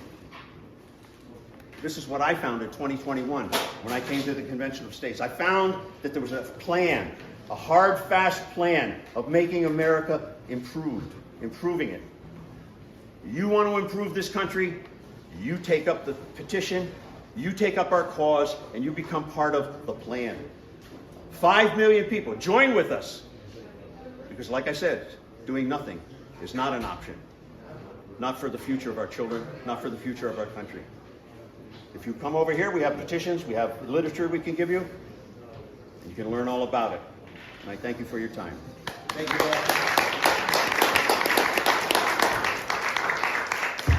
Thank you very much, Bill. They're right over here. Help them out. So, I'd like to introduce you next to Matt Corey. Matt Corey is running for Lieutenant Governor. Let's hear what Matt's all about. Thank you so much for having me. I look around here and I see a lot of familiar faces, which makes me really happy. And a lot of new faces. And what that tells me is we haven't given up the fight, right? We just keep fighting. I just soldier on. I apologize for not standing here as your United States Senator. I was the guy that took on Chris Murphy, and I don't believe the country won too much by sending him back to Washington. No. But you know I'm a fierce fighter, so I believe the taxpayers need a fierce fighter up at the Capitol in Hartford. I built statewide name recognition. I'm a proud conservative. We need to hold people accountable. And also, you're going to have a lot of promises made on the campaign trails. I'm the guy to hold the feet of the fire to the governor to make sure the promises that they make to better the state of Connecticut gets pushed through. Also, we need a fierce fighter up there to block bad policies that are going to hurt Connecticut and hurt the citizens. What's the major thing facing Connecticut? Energy prices. Energy prices for families, for jobs, for businesses. Why are we not expanding that natural gas pipeline? Because you got a governor in New Jersey, a governor in New York, Kathy Hochul, a Governor Healy up in Massachusetts blocking that. So if we can get a strong candidate on the federal level down there to push that Commerce Clause to say, Pennsylvania wants to sell us natural gas, we deserve it, we want to lower prices. We also need to put in some small modular nuclear reactors. We have 3 of the largest defense industry companies here. Sikorsky, Pratt Whitney, and Groton Subbase. Why can't we put those small modular reactors down there and whatever they don't use, the largest manufacturers, they can put out to the grid? You know, those windmills cost Connecticut more than it did Rhode Island, and we're getting less energy for it. They said, well, a lot of that money went into the Pier project. How much corruption was down there? The Lieutenant Governor's office will be auditing every one of these commissioners and all of these departments and finding out where all of your money is gone. Because what you have up there now, they're not doing it. And taxpayers deserve an answer because we work too hard for our money. I also want to give parents a voice. Parents need a strong voice at the Capitol. What they're teaching in your schools, parents should have a voice. Parents should have a voice in school choice. And parents should have a voice and protections for homeschoolers, not government overreach. They want to blame the lack of accountability at DCF on homeschoolers. I will not allow that to happen. You saw the bill that they introduced today, HB 5004, which is going to give total control for vaccinations. This is what's happening with our government here. What happened during COVID is we gave the governor emergency powers. Here's a guy that does not want to release those powers. So everything is an emergency to this man. Once you reach that level, you don't want to deal with the legislature. And how sad is that? They control the House. They control the Senate. They control all the constitutional offices. They control the executive branch. And they still don't want to answer to the people. That's why you see the loss of control, and then they wipe responsibility out. So they give it to an NGO, they give it to a non-bureaucratic elected official, so they don't have to take responsibility for it. We also need to give the voices to the towns. All these unfunded mandates are going to each and every town, whether it's your school system, whether it's your housing, no local control, forget zoning. We're going to put a 4-story apartment building with 300 units. Who eats that? We don't have enough municipality. We don't have, for your municipalities, your police, your fire, your schooling, all dumped on your property taxes. This has to stop. I want to be the strong voice for the residents of the state of Connecticut and make sure to block bad policies up there and push forward good policies. You know, 20 jobs. The governor was down there bragging about 20 jobs at Stanford. Welcome to the tax party. We welcome you into the state of Connecticut. But when you're losing 300 jobs at Schick Manufacturing in Milford, what do you say to that? When the lieutenant governor was asked about the 2,900 jobs lost in Aetna, she said it was unfortunate. Wrong answer. You have 1,000 jobs at Macy's Distribution Center leaving the state of Connecticut. We are not open for business here. What about General Electric? General Electric moved their headquarters. And what did Governor Malloy say at the time? Oh, well, it's unbelievable. It's unbelievable. They don't have an answer. Did anybody in the State of the Union address hear anything about Connecticut, any pro-growth policies coming out of this administration? Anything to relieve the taxpayers of the burdens they have? You're going to have candidates that say, hey, we're going to get rid of the public benefits charges. Well, where do they go? They go into the general fund. Let's get rid of some of the slush fund programs that are in there. Let's bring in energy that's affordable for everyone. There's not one person in here that, if you owned a manufacturing company and you looked at the cost of doing business in the state of Connecticut, you wouldn't do it. No. President Trump repatriated over $18 trillion back to the United States. Hyundai's building $150 billion in manufacturing plants. How many companies have you heard repatriated back to Connecticut? No one. None. None. This is what I'm fighting for. And we need a strong, fierce advocate for the taxpayers, for the towns, for parents, for everybody that lives in the state of Connecticut. All my nieces and nephews have left the state of Connecticut. We owe this to the next generation. If you want to help donate to my campaign, it's MacCoryCT.com. I got to raise $100,000. This will be a fair fight this time. If we raise $100,000, we get a $500,000 grant from the state of Connecticut. Look, the Democrats are going to use that money to get the vote out. Why shouldn't we? I never attacked another Republican opponent. I'm going to have some company in this race, and I welcome the conversation. I've been in business longer than you've got a couple young candidates that are running. I bring a blue-collar business mentality there. You need somebody that's going to go out to large and small businesses because I know what ails me. I know how to make a payroll. I know what the struggles are. So you need somebody with that information to go out there and say, hey, we want to keep you here. What are we doing wrong as a state of Connecticut? Tell us what we need to do to keep you here in this state and employ good jobs. Because when a company like Schick leaves with 300 jobs, that doesn't just affect those people that are working there. It affects your restaurants, your bars, your grocery stores, your school systems, your neighborhoods, your tax base. We need to bring manufacturing back. 80,000 manufacturing jobs have left the state of Connecticut in the last 10 years. That's not open for business. I welcome the 20 jobs in Stanford, but we are not open for business. It is unbelievable that we can't make Connecticut affordable. This was the gateway to New England. We were the beacon of light. We had low taxes, no income tax. People were doing business here. My parents migrated down from Maine in the early 40s and 50s because this was a place to work, live, and raise a family. And we need to bring that back. So thank you so much for having me. Thank you, Matt. I've heard manufacturing talked about a few different times from a couple different people. I've worked in manufacturing my whole entire life. I'm a machinist, I'm a tool maker, CNC, you name it, I've done it. I've been laid off five or six times in manufacturing in Connecticut. So that's why I've been also a big supporter of Donald Trump bringing all the jobs back to America with the tariffs. So hopefully Matt and Betsy and whoever else ends up in office can make that happen for us, because without manufacturing, we're dependent on all these other countries. So with that being said, I'm going to introduce you to Anne-Marie Boudreau.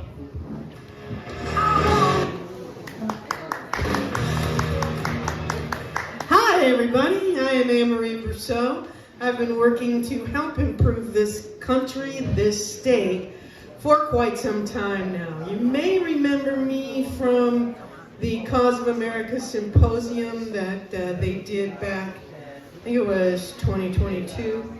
I represented Connecticut and I reported about the election fraud that was done there. I am still working with Cause of America. I'm designated trainer for the new election system.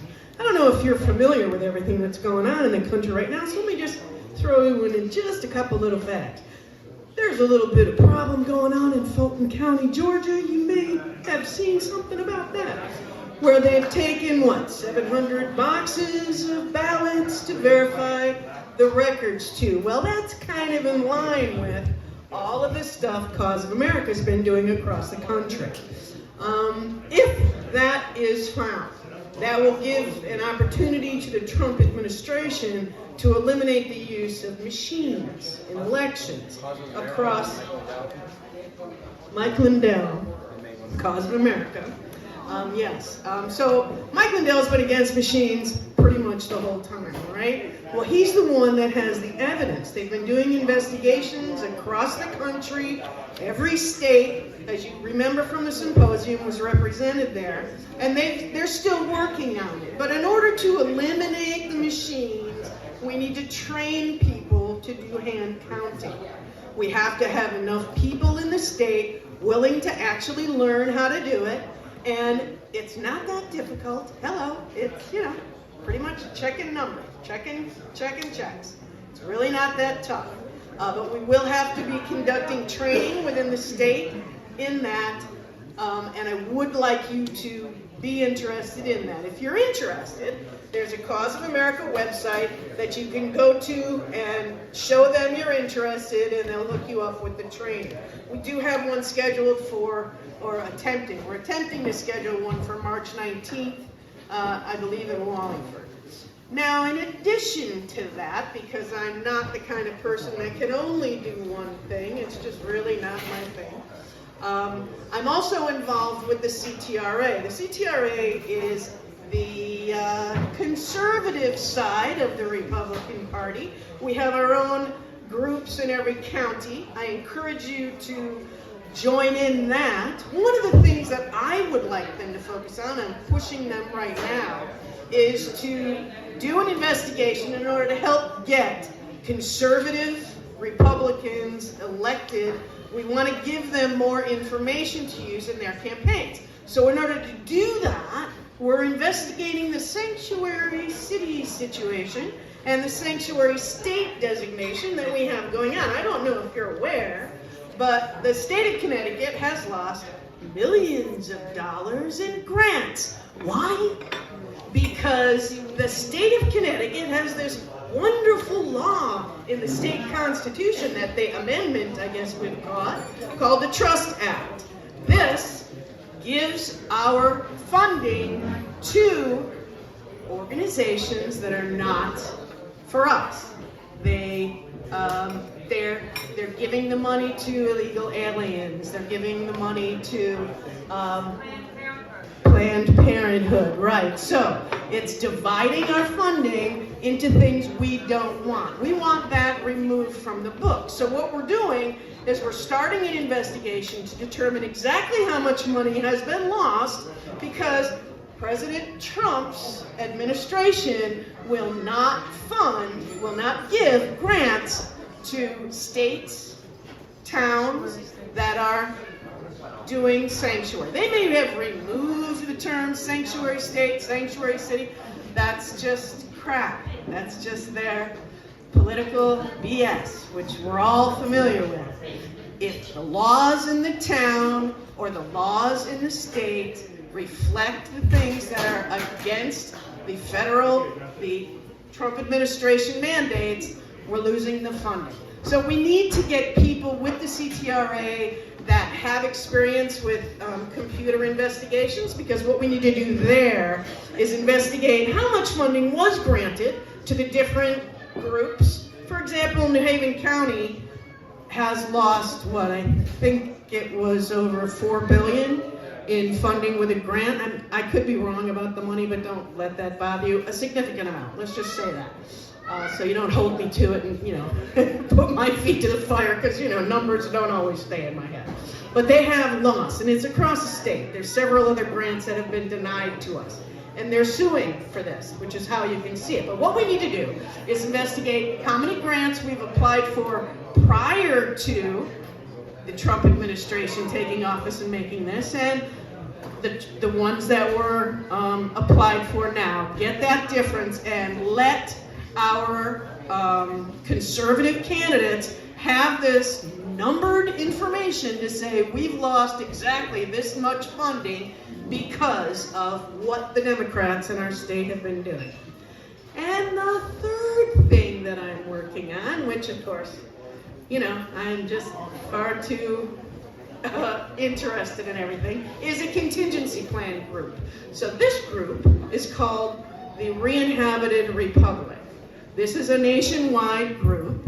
We have interim governments. We're trying to rewrite the Constitution so that the citizens, very much like what the Convention of States is doing, these guys are doing it with the corporation. If we're stuck with the corporation, we absolutely need to go with these guys. If, however, Trump wins his push to fire the politicians that are criminals, then we're going to need people that we can trust to take over. But in order to do that, and we need to train the citizens to work the state the way it's supposed to, where the voice actually comes from we the people. So that is, you know, probably for you guys stepping a little bit into the conspiracy theory part of it, but you never know what's going to come. Remember what they said, what's the difference between the truth and a conspiracy theory? It's about 6 weeks. You know, so you never know. But if it does come, this is another backup plan that we have to back up the Trump administration, to fill in the seats that would be vacated, and to educate the citizens on how to actually get their voice to control what politicians are doing and return the power to the citizens to be able to pull politicians right out of office that are in violation of what we're doing. Give the voice back to we the people. The only business card that I have with me is for that republic, but it is the most work that I'm doing. But I highly recommend that all of you consider where you can help. Being retired, which is why I'm doing so many different things, I have more time. Well, not much anymore, but still, it's still in our best interest to actually take ownership for what these criminals have been doing and fight them as in every way we possibly can. Thank you very much. I too joined the CTRA about 3 weeks ago. I'm actually, not every place in the state has a chapter. And that's where, again, I went down to Greenwich the other day, and that's where I met Betsy, and John Flynn was down there, and Ann Minuski, and the president was Sharon Herman. So a couple weeks ago, I went up to Norwich and met with Rocky up there, who is the president of the chapter up there. Rocky's great. So I'm actually in Middlesex County. We don't have a chapter here, and I guess up in the Torrington area, there's not a chapter up there either. So they're working on building chapters. So with that being said, it's going to do another speaker here. You want to? No, you. Yes. So I was going to talk to you I've been associated with this woman I'm bringing up next. Her name is Terminator Mom on X. So her group on X is called the CT Coalition, and I've been associated with her since May of last year. And what we've been trying to do, her and my mission is very similar, where we've just been trying to highlight what other people are doing, give other people a place to come, get involved, bring what they're doing to us, and then we can kind of push it out there to the rest of the people. So I'm going to let her try to tell you one of the things that we've been trying to get off the ground. That's why some of the merch you see back over there on the table is trying to fundraise for what we're trying to do. I'm going to let her tell you what we're trying to do about it. So we have some CT Coalition tumblers, mugs, bottle openers, magnets, etc. to try to fundraise. Some of the other stuff we have back there is trying to fundraise for some of the things that I'm trying to do, which I want to get one of those big trailers that have the signboard on it. If you guys are familiar, like you see them on the side of the highway, merged lane ends, etc., etc. If we had one of those out here, let people know what we're doing, whatever event we're at, you know what I mean, put a different message out there. They're about $3,500, and that's why I've been trying to fundraise today with selling this stuff, is to try to raise money to buy one of those. I'm going to let Kim tell you what she's trying to fundraise and what we're trying to do over on the CT Coalition on X. Can you guys hear me? No, we can't. No? I'm going to hold it for you. I already don't like being held in public. Go ahead. Got it? Hello, can you hear that? Okay. So Connecticut Coalition is working to raise funds for a digital advertising campaign. We are looking to have a digital billboard located in Hartford, down the road from the Capitol. We need $3,700. We're just about at $1,200.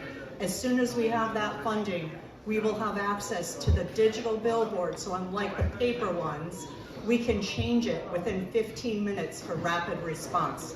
We will be promoting the work of all the hardworking groups in Connecticut.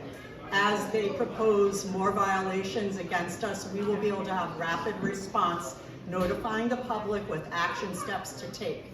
So it's called Right to Know.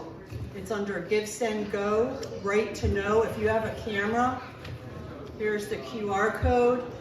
It's also listed on our website, ctcoalition.com. There's a page. Most of the folks who have been here today have a page designated to all the whistleblowing we have been doing on corruption. I found evidence of corruption.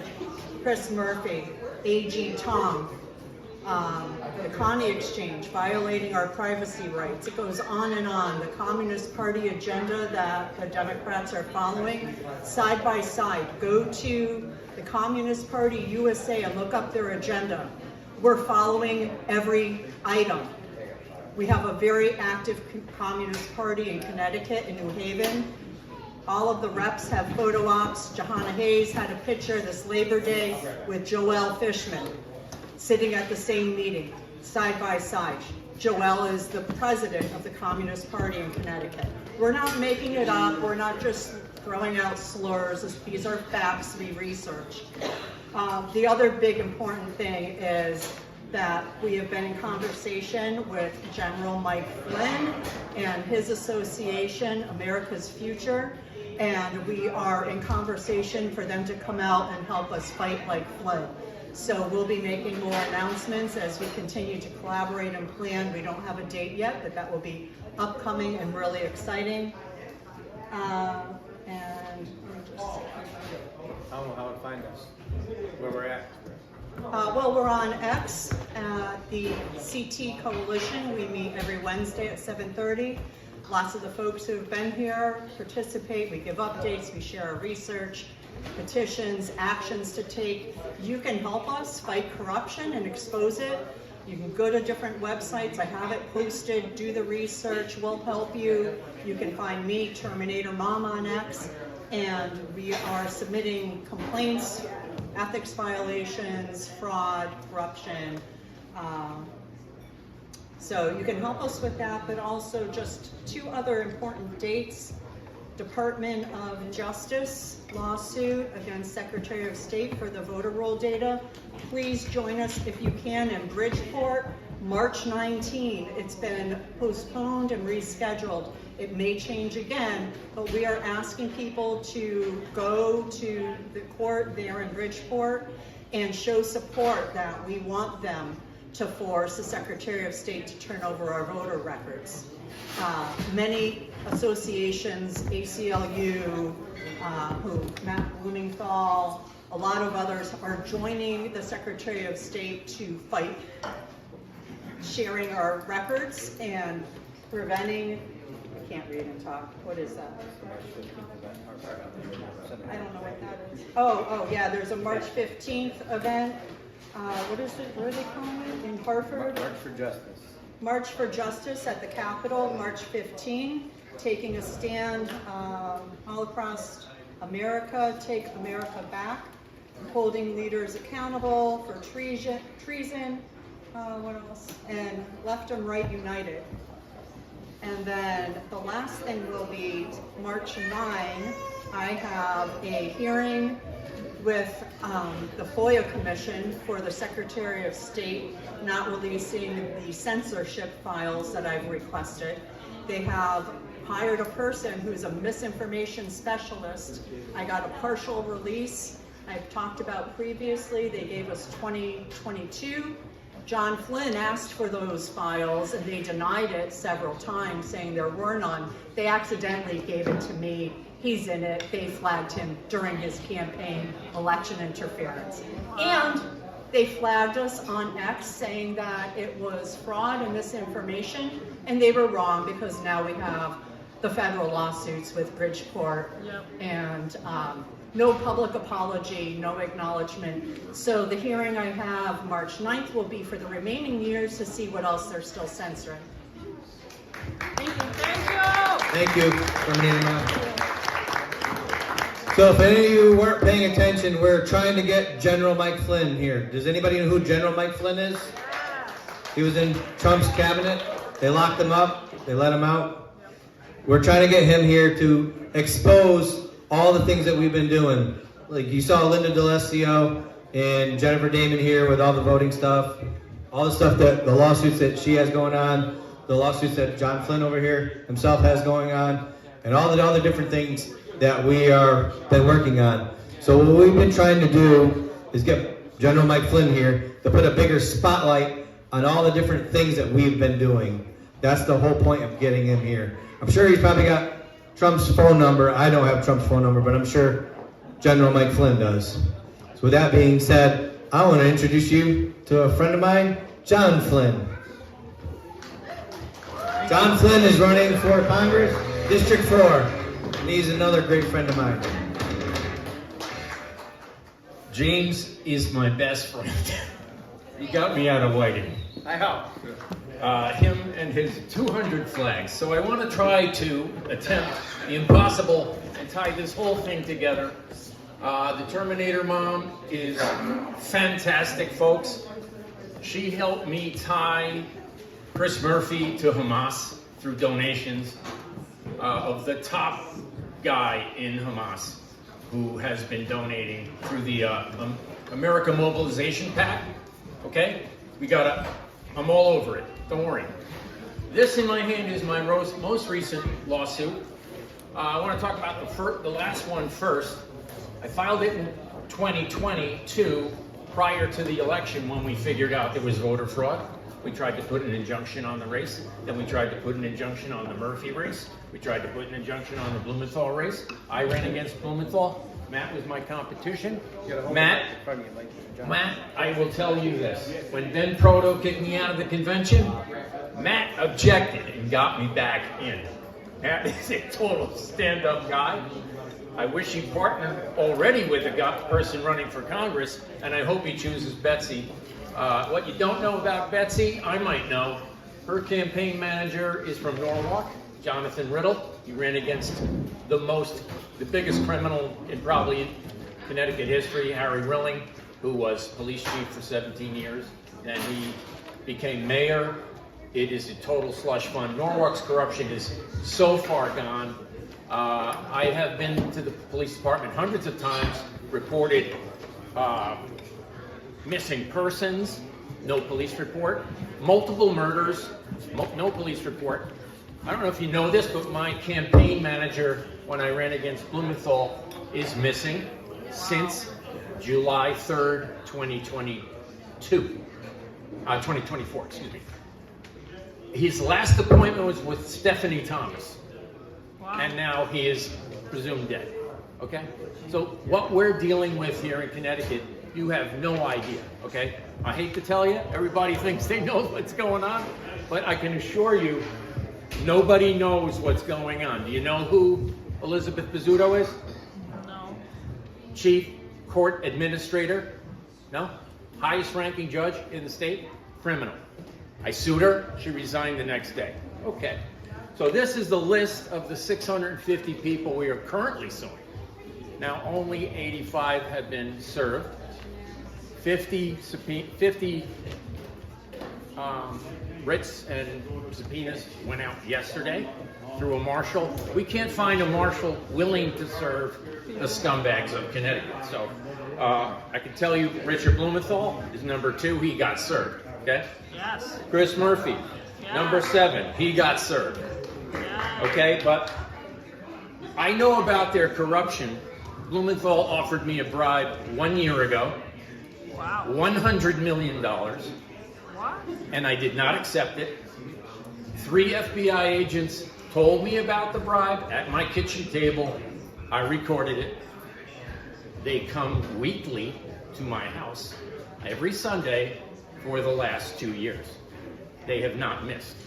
They come for Christmas and Thanksgiving to my house. Okay, so what we have on these people is a dragnet, okay?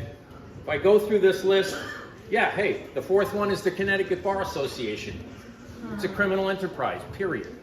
10 Bank of America attorneys have cashed my stolen checks and claim to be my attorney right now. Okay, I'm out 50 mil, okay. They stole it in 2000. I became a whistleblower against Bernie Madoff. I still am. They've never had a hearing. I sued them 300 times just for that. 300 different cases, different transactions. There's 500,000 felonies in my trading account, okay? If you go on and on and on, do you know who Steve Burnham is? You really should know. He's the habeas corpus asshole of Connecticut. And you know what? In my case, when I got locked up at Whiting, they destroyed 3,300 habeas corpus. Each one is a felony. Thank you very much. Judge Bizzuto is nothing compared to Judge Reed. You know who the worst judge in Connecticut is? Judge White. There's no comparison. He murdered his own daughter. Okay? He's still a sitting judge. And when you go through this list of the 19 that were served first, number 17 is the Public Service and Trust Commission. Who's in charge of public trust? Judge White, the guy who murdered his daughter. Hello. Who's on the Criminal Practice Commission? That's the second highest function in the state. Judge White is on the Criminal Practice Commission with Judge Reed. Judge Reed is on the Public Service and Trust Commission. Who's Judge Reed? The criminal court judge in Bridgeport who doesn't prosecute anyone who's a foreigner. You know, she was talking about the Trust Act.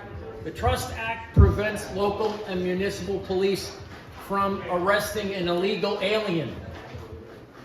Hello, but they'll arrest a perfectly innocent person and frame them through the local DAs. So I'm suing 5 DAs. If you made the list, you're pretty bad. Tamaccio does not top the list. The biggest DA criminal in the state of Connecticut is Andre Bermudez Hallstrom. Hands down. If you knew who he was, you should know. Because here we are, arguing about Fannie Willis. Arguing about, who's the lady from New York? Who's the lady from New York? Kathy Holt? No. No, not the governor. The DA who went after Trump. The big Lita. Yeah. Oh, that's Letitia James. Okay. Andre Bermudez Hallstrom was Letitia James. You know, forget it. If you go through this list, I mean, names will just. I want to try to tie up what other people were saying with what's going on here. Who's Susan Story? Anybody know? She runs the public defender's office, okay? Criminal enterprise. I'm telling you right now. O'Donovan Murphy, who's that? Head judicial marshal. He is a kingpin criminal, okay? Kingpin criminal. How do I know? Because all this corruption we talk about in the entire state ties back to Stamford, Connecticut. It all starts in Stamford, it all ends in Stamford. Why? Because Purdue Pharma is in Stamford. They run the Oxy. The doctors have a whole plan. The head doctor, Dr. Ahuja, his brother got caught with $18 million in cash, bribing judges from Connecticut to Texas. Got caught one time. His brother went to jail, did 15 months, came out, got caught pushing Oxy again. Judge White heard his trial. Judge White keeps coming up, folks. If you want to stop the corruption in Connecticut, you need to focus on the judges because they are calling the shots through another defendant in this case. Which one is it? Number 3, the Judicial Media Commission. Do you know who that is? That's Judge Blowy. Who's Judge Blowy? Well, he heard Sandy Hook, and they promoted him to the head of this commission. And what do? They alternate seats with different judges. Between the judges is the head reporter of every news agency. How does the media run the state? It's because the judges are telling them what to do, what stories to present. What? If you knew about Hearst and you knew how Hearst works, there was a guy named Ethan Book. He ran for Senate against Blumenthal. He got murdered, okay? Did you know that? Okay. He ran for Senate. He was from Bridgeport. Bridgeport hated him. Fine, who cares? Ken Dixon at Hearst did a story on Ethan Book saying he's the Don Quixote of Connecticut. Windmill dreams, the guy's got. Nothing going on upstairs.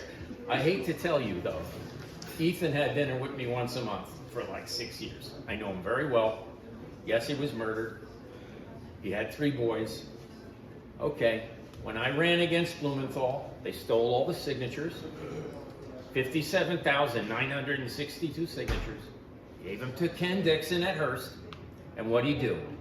He cut and pasted my name into Ethan Book's story. Ethan ran against Blumenthal, then I ran against Blumenthal. Ethan's story was cut and paste out. My name went in, and they said John Flynn is the Don Quixote of Connecticut. Really? I sued him. Kremrich came to his assistance, Judge Kremrich. Big problem. When you go through this list, Kremrich, Kavanewski, Menashe, Mendez, Perez, all the appellate court judges are in here. Judge Bright is the top judge. Does anyone know who Judge Mullins is? No. Nobody? Head judge of the Supreme Court of Connecticut. Did you know he's Muslim? Oh, no. Did you know he follows Sharia law? No. Come on, people. You can't look at me like this. Should I, how embarrassing. Gotta put you on Newsmax. How embarrassing. Hold on a second. The head circuit, the most powerful judge in the state of Connecticut, Mr. Trump, follows Sharia law. He's speechless. That's the first time. I could go on for a very long time, okay? I really could. But, I mean, what names jump out at you here? The last case we had 150 defendants. It was 5G. Judge Meyer heard the case. Judge Meyer, I believe, got murdered. Why? Because he kept answering all his motions to me, my motions, 550 motions. Oh, Mr. Flynn, you're a conspiracy theorist. Really? Just like drones are a conspiracy theory. Did you know that? They don't exist. Though you could buy a drone when I was a kid. It was a rudimentary drone. You go on to read what the 5G case came to be, which was remote neural monitoring, brain to computer interface, all the things that we did in Afghanistan to the troops. Oh, that's conspiracy theory. I'm giving you telepathy through chips. Well, I hate to tell you, when I went to Whiting, I was chipped. I got 20 chips in me, semiconductor chips. I got one right here. Guess who runs that? CISA. Okay? So everyone's saying, oh, campaign, election fraud. The dead people on the voter roll and the 10,000 people over 100, age 110, that's nothing compared to what Connecticut's doing. Nothing. In 2022, we had an appellate court case, and then in 2024, we had a second election fraud appellate court case. It's a 47-page document I wrote. You gotta read it. Page 20, you gotta read. Who is Hutan Yagavita? Who's Hutan Yagavita? He is the Chinaman that paid UBS Exit 6, Stamford, Connecticut, $400 million for Dominion voting. Hello. The problem here isn't the 40,000 people in Connecticut that voted twice. No. It's ES&S. It's LHS. Do you know what Liberty voting is? Anybody? Liberty voting is the new name of Knowink. Connecticut uses Knowink. K-N-O-W, capital I-N-C. They can create a vote. When you're standing online, you can vote. And then when you leave the building, they can erase the vote through ES&S, poll pads, poll books. So check it out. In this document, I served HIG Capital. Does anyone know who that is? It's in Fairfield, Connecticut. And they're at 2258 Black Rock Turnpike. How do I know? I knocked on the door. I served them. I said, is this 2258 Black Rock Turnpike? Yes. You're served. I gave this document to them last week. Guess what? It's a Trader Joe's. Wow. Oh, now, what is HIG Capital? They own Hart Intercivic. Connecticut doesn't use Hart Intercivic. Hart Intercivic is the 30 other states that don't use Dominion voting. So here we go. 22 states use Dominion voting. Connecticut uses Dominion voting. Every single speech I've ever seen, I always bit my tongue and said, oh, I can't speak. I'm not going to talk about that. I'm going to bring it up. I'm going to bring it up from here on in. The problem with Connecticut and its voting is that they destroyed the cast vote record. Gabby Rosenberg and Scott Bates. Who are they? Deputy Secretaries of State, attorneys.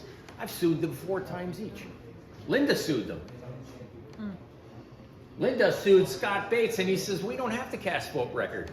Because if you had it, you could prove that they rigged the votes. So here I am. I ran in 2020, a federal race.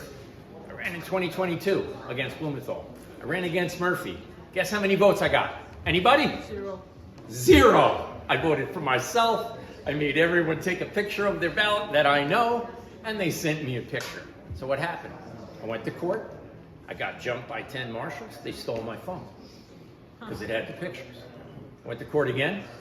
I'm on my 9th phone this year. Oh my gosh. I've been locked up for 5 months. Yeah. So every time I go to court, they steal my phone. But so what? I got all that shit backed up. I got it all, folks. I got so much stuff. It's not even funny. And we're going to have 650 defendants now. So when you look at the list, it's hard to know who the marshal said, listen, I don't want to serve them. They're going to take my ability to be a marshal away. I said, so serve as many as you feel comfortable with. He goes, okay. So I gave him 500 writs. He served 20 and he handed me back 480. So I went to the next marshal. Here's 480 writs. Oh, I can't serve those. I'll lose my license as a marshal. I said, well, okay. He says, I'll do 50 of them. He goes, now tell me which are the most important 50. Well, Judge Manning's pretty important. I don't think you know that Connecticut for years, Malloy's attorney, okay, was flying sniper rifles that were stolen in Greenwich to the Libyan army. And one of the $40 million shipments was intercepted. Okay? So we have the evidence. The guy's name is Corey Coopersmith. He lives in Greenwich. Developed the sharpshooter rifle in the movie Sniper with Mark Wahlberg. You remember, Mark Wahlberg's in the mountains, he's wearing a white suit, and he picks a guy off from half a mile away. Well, hold on. The guy who designed that rifle is a plaintiff in my lawsuit. Listen to what they did to him. They stole 300 acres he owned in Martha's Vineyard that he bought from a Boy Scout camp.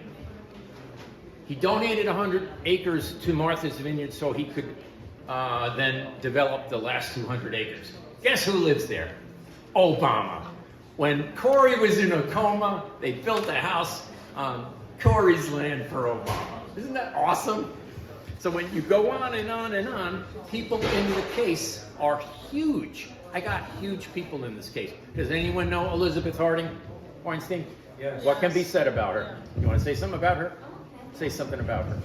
She was my advocate at Whiting. She was murdered on July 3rd. I met her, we had an event for Free John Flynn back in April of last year. And I don't know, there was 6 or 7 of us on the bridge for you. It wasn't even my event. I just went there because, again, I live next door. Thank you. And you're welcome. So Elizabeth wouldn't even get out of her car. Elizabeth was scared to death. She wouldn't even get out of her car.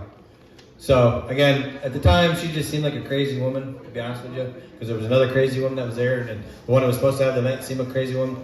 Well, looking back on it, I was wrong. Elizabeth Weinstein was not crazy. She just knew stuff that she shouldn't have known. They killed her. Yes. So, hold on a second. So I met a woman on Tuesday who also knew Elizabeth Weinstein, and she said the same thing. Basically, Elizabeth was afraid of her husband. Her husband's connected to the Clintons somehow or another, worked in administration, and basically she found pedophilia on her husband's computer. And I mean, they were, I forgot, I think she said they had $80 million, which seemed crazy at the time, because I didn't know all the backstory on this woman.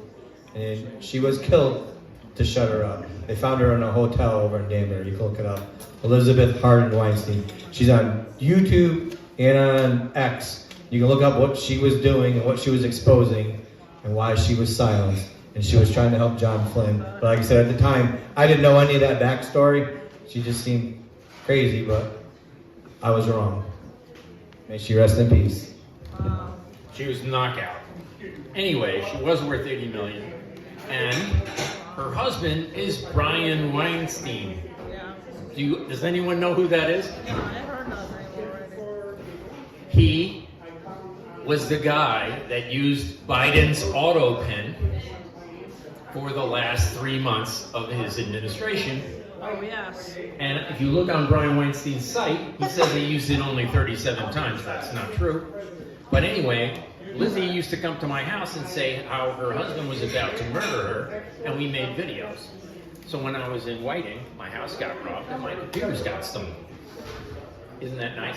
So anyway, Elizabeth got attacked in the Whiting parking lot with something called Ravenclaw. Do you know what that is?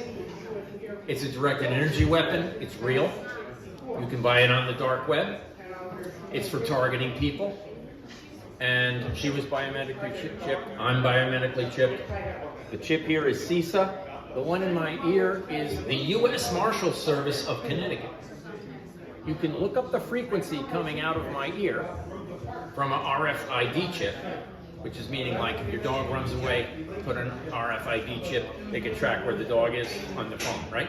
Well, now they're tracking me through my RFID chip, which is emitting a frequency that I can download off the FCC website because we brought the suit against the FCC for 5G. This is something different, the suit that we're currently filing. It's more of an omnibus RICO claim, okay? It's gigantic. The 5G case, the estimated damages were $4.3 trillion. That was for one state. But in this case, we have Florida, West Virginia, Colorado, New Jersey, and New York. I got 5 states in this one. The first case was nothing compared to what's happening. Now what happens, what you need to know is Chuck Schumer's involved in this case. There's no way. Gillibrand is involved in this case, up to her eyeballs. Her campaign person is up to her eyeballs in this case. So if we ever get due process, which we probably will never get, I can guarantee we've already had multiple judges resign. So it's worth following, because if I was willing to put it in writing, people should be willing to follow it. The guy rigging the elections in Connecticut, his name is Bernard Liu. Bernard Liu, do you know him? No. He's a horror show. I submitted signatures to start the America First Party in 2024, collected all the signatures, handed them in. What happened? My campaign manager disappeared. Now, I got him from Dr. Oz. He was Dr. Oz's campaign manager. He's a real dude. It's a real story. But you got to be wondering how they're actually, we have, in the 5G case that we filed, we have 9 people murdered. I can name them. So here we go. This case already has 25 people kidnapped. This case. It's only a week old, but I started a few months ago, and we're getting a lot of traction, actually. So I never expect to win my race. I never did expect to win my race, but what I can tell you is now, I mean, News Channel 12 comes to our dinner every Sunday for the last 4 years in a row. News Channel 12. They've never uttered my name. And they're wondering what's up now, okay? So what's going to happen at some point is just that it's, if you look, the posts I do, they get 7 views, get 25 comments, 7 views, and you know, I'm severely stifled. But what people don't know in Connecticut, you could learn from this case. Does anyone know who Todd O'Boyle is?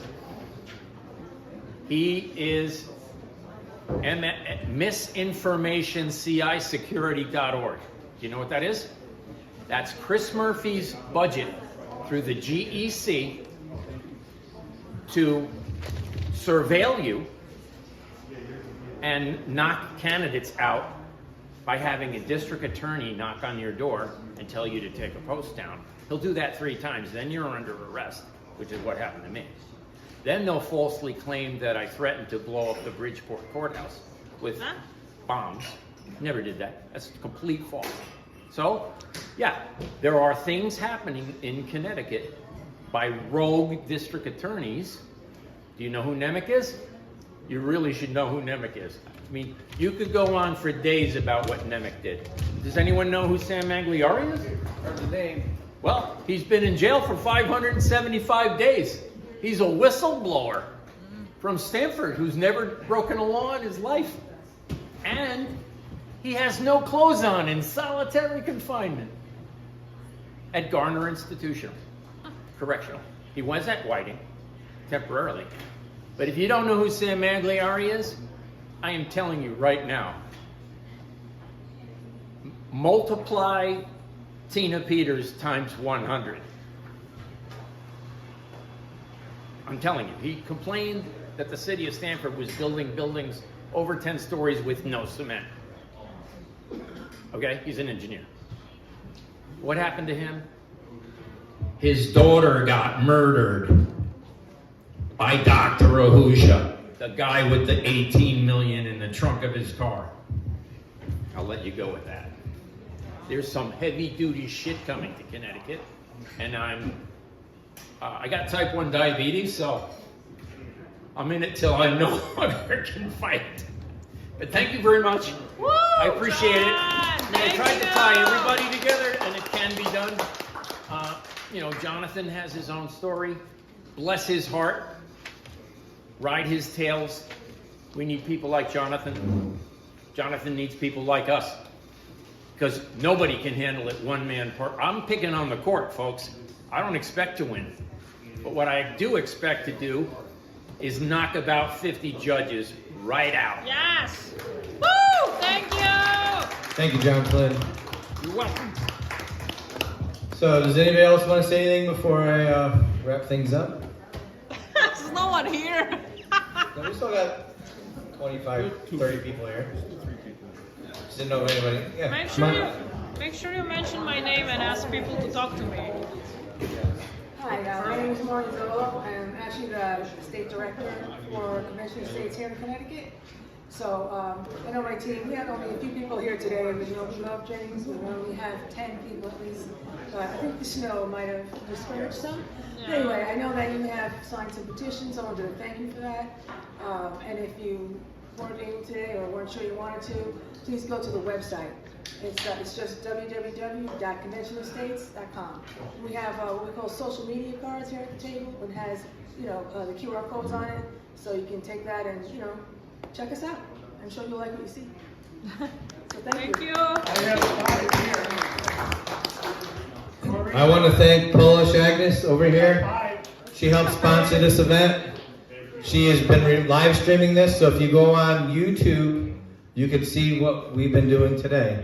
So it would be Polish Agnes. I can't pronounce the last name. That's fine. But again, you see what Agnes looks like over here. So all you gotta do is look up Polish Agnes on YouTube, and then go over, click on her icon, and then it'll say videos, and then this will be a live. So you'll be able to see what happened here today and what she recorded today. So that's Polish Agnes on YouTube, and you can look up a live. Also, too, you are on Facebook as well. I'm on Facebook, Twitch, Kick, Rumble, and YouTube. So you could look her up on there, and she could send her a message, and she could send you this live stream as well. So if anyone would like to give me a speech or wants to comment on something or just generally talk to me about anything, please feel free to contact me. And then you do not have to show your face. I can get you talking to me, but we don't have to necessarily show who you are. If you have some things you want to, share with audience or anybody in Connecticut or the world, you're able to do that through me. Agnes has been interviewing candidates and exposing things. Another thing that you don't know about Agnes is she, although not from here, she is a huge patriot of America and been helping our country out. She went down to D.C. when the truckers went down there 4 years ago almost now. She went down and helped out the people down in North Carolina when they had the tornado and floods down there. And you went out to Ohio. I forgot what town that was. East Palestine. Yeah, East Palestine, when they had the train accident out there. So maybe you don't know about Agnes, but Agnes has been doing great things. So Something about those Polish patriots. yes, Agnes is amazing. I'm glad to call her a friend. So my plan is to do one of these once a month for the next couple months inside because it's very cold outside. Again, the last one got snowed out. This one nearly got snowed out. We had a lower turnout. This place probably would have been full if we didn't have the bad weather. With that being said, I'm going to do another one next month, and I'll probably do another one inside in April as well. And then once it warms up, we'll start going back outside again. My girlfriend Kathy had a list in the back. So again, some of you guys I'm connected with, some of you guys I am not connected with. So again, if you want to know what we're going to be doing in the future, you could look that up. A friend of mine, Marcia, started creating a website for me. It's in its very infancy. It's only got about 1 week worth of work on it. It is ConnecticutPatriots.com. So I think it's, actually, I take that back. It's ctpatriots.com. So again, there's limited stuff on there. It's me and other people that I know. But again, right now, it's only had a little bit of work done to it. Some pictures of me starting to tell some stories of what had happened and how I took this Patriot journey, and you could be next. It's ctpatriots.com. Thank you very much, everybody. I appreciate every one of you. Thank you! Woo! Yay for James!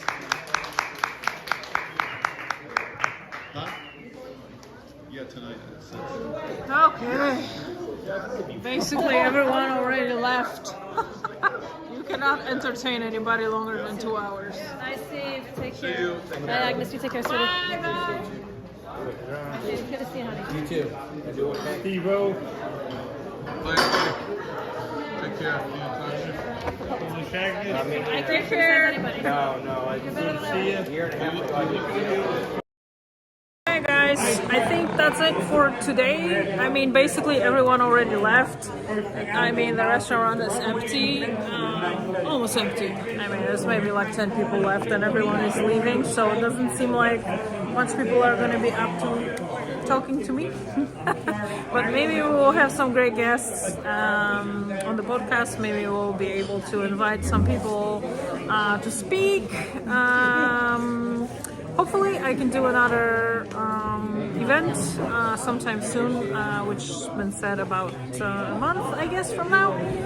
Weather permitting, guys, weather permitting. This weather has been absolutely insane in Connecticut. I mean, those chemtrails, you know they exist, and you know that they can manipulate the weather. You know that. Okay, because last storm that we had here, I do not necessarily call it natural. I don't. Well, anyways, you know those energy prices and stuff. Why is extremely cold around the globe right now? Why? In the election times. But you know, I'm only cuckoo. I look for things usually that are happening along with the agenda. So whenever they try to take your attention with Epstein files and oh my goodness, things happen and da da da da. What else is happening? Really? I mean, I think everyone knew about Epstein, about the island, about what really happened there. I think your brain has brought you to what might have happened and what might have been going on there. And to be honest with you guys, the extent of what they presented to us and the stuff they didn't, me personally, I thought it was much worse than they presented us with. And people keep saying, oh my goodness, I didn't think it was going to be that bad. And I'm like, what are you talking about? You're not a thin-foil person or conspiracy theorist if you didn't think it was going to be that bad. But anyways, I really want to thank you so much for joining me in this journey here in Connecticut, and I'm gonna try to do more as much as I can and invite more people and focus a little bit more on this coming election because it's extremely important here in Connecticut. Hopefully we'll flip red. I'm hoping and I'm praying for it so much. I really am. But for that to happen, everyone in Connecticut has to go out and vote. We do have a lot of Republican candidates. We have Ryan Fazio, we have Aaron Stewart, and now we have Betsy that just spoke here for us. And she seemed to be really an amazing candidate, to be honest with you, from what I just heard. But I come from New Britain, so I'm under Erin, and I know what Erin has done for New Britain for all this time she was a mayor. And I can't change my mind just yet, after one speech, because Erin did, in the end, lower the taxes and lower the mill rate in New Britain, and that's what we really needed this whole entire time. As of right now, current mayor of New Britain isn't really doing much. He's not seen, he's not been nothing, you know, and it's been a minute, and everyone is asking where the new mayor is. So I don't know if that wasn't really that great of a choice, but we need to focus on governor, on picking a good governor, and Lamont is not that good governor. The laws that he is passing right now are not the laws for regular people. They're not. Let's just admit it. He has no idea what he's doing, or he's being steered by someone, or he's just being steered by contracts that he's signing that he's getting millions of dollars from. He is not, for me, a regular person that works 2 full-time jobs right now to make sure that I can afford everything. And you should not work 2 jobs in Connecticut to be able to afford life. 1 job should be enough in America, because America should be the greatest country in the whole entire world, giving you opportunities to live better than anywhere else. Do we really have that? And do we really have that in Connecticut? Unfortunately, we don't. We need to work our way out, or our way back there, where America was in the 60s and then 80s. It was the greatest country. It is not the greatest country, and I do not live in the greatest state, unfortunately. So, thank you so much. I appreciate you guys as usual, and I hope to see you again sometime soon, hopefully sooner than later. Take care. Bye.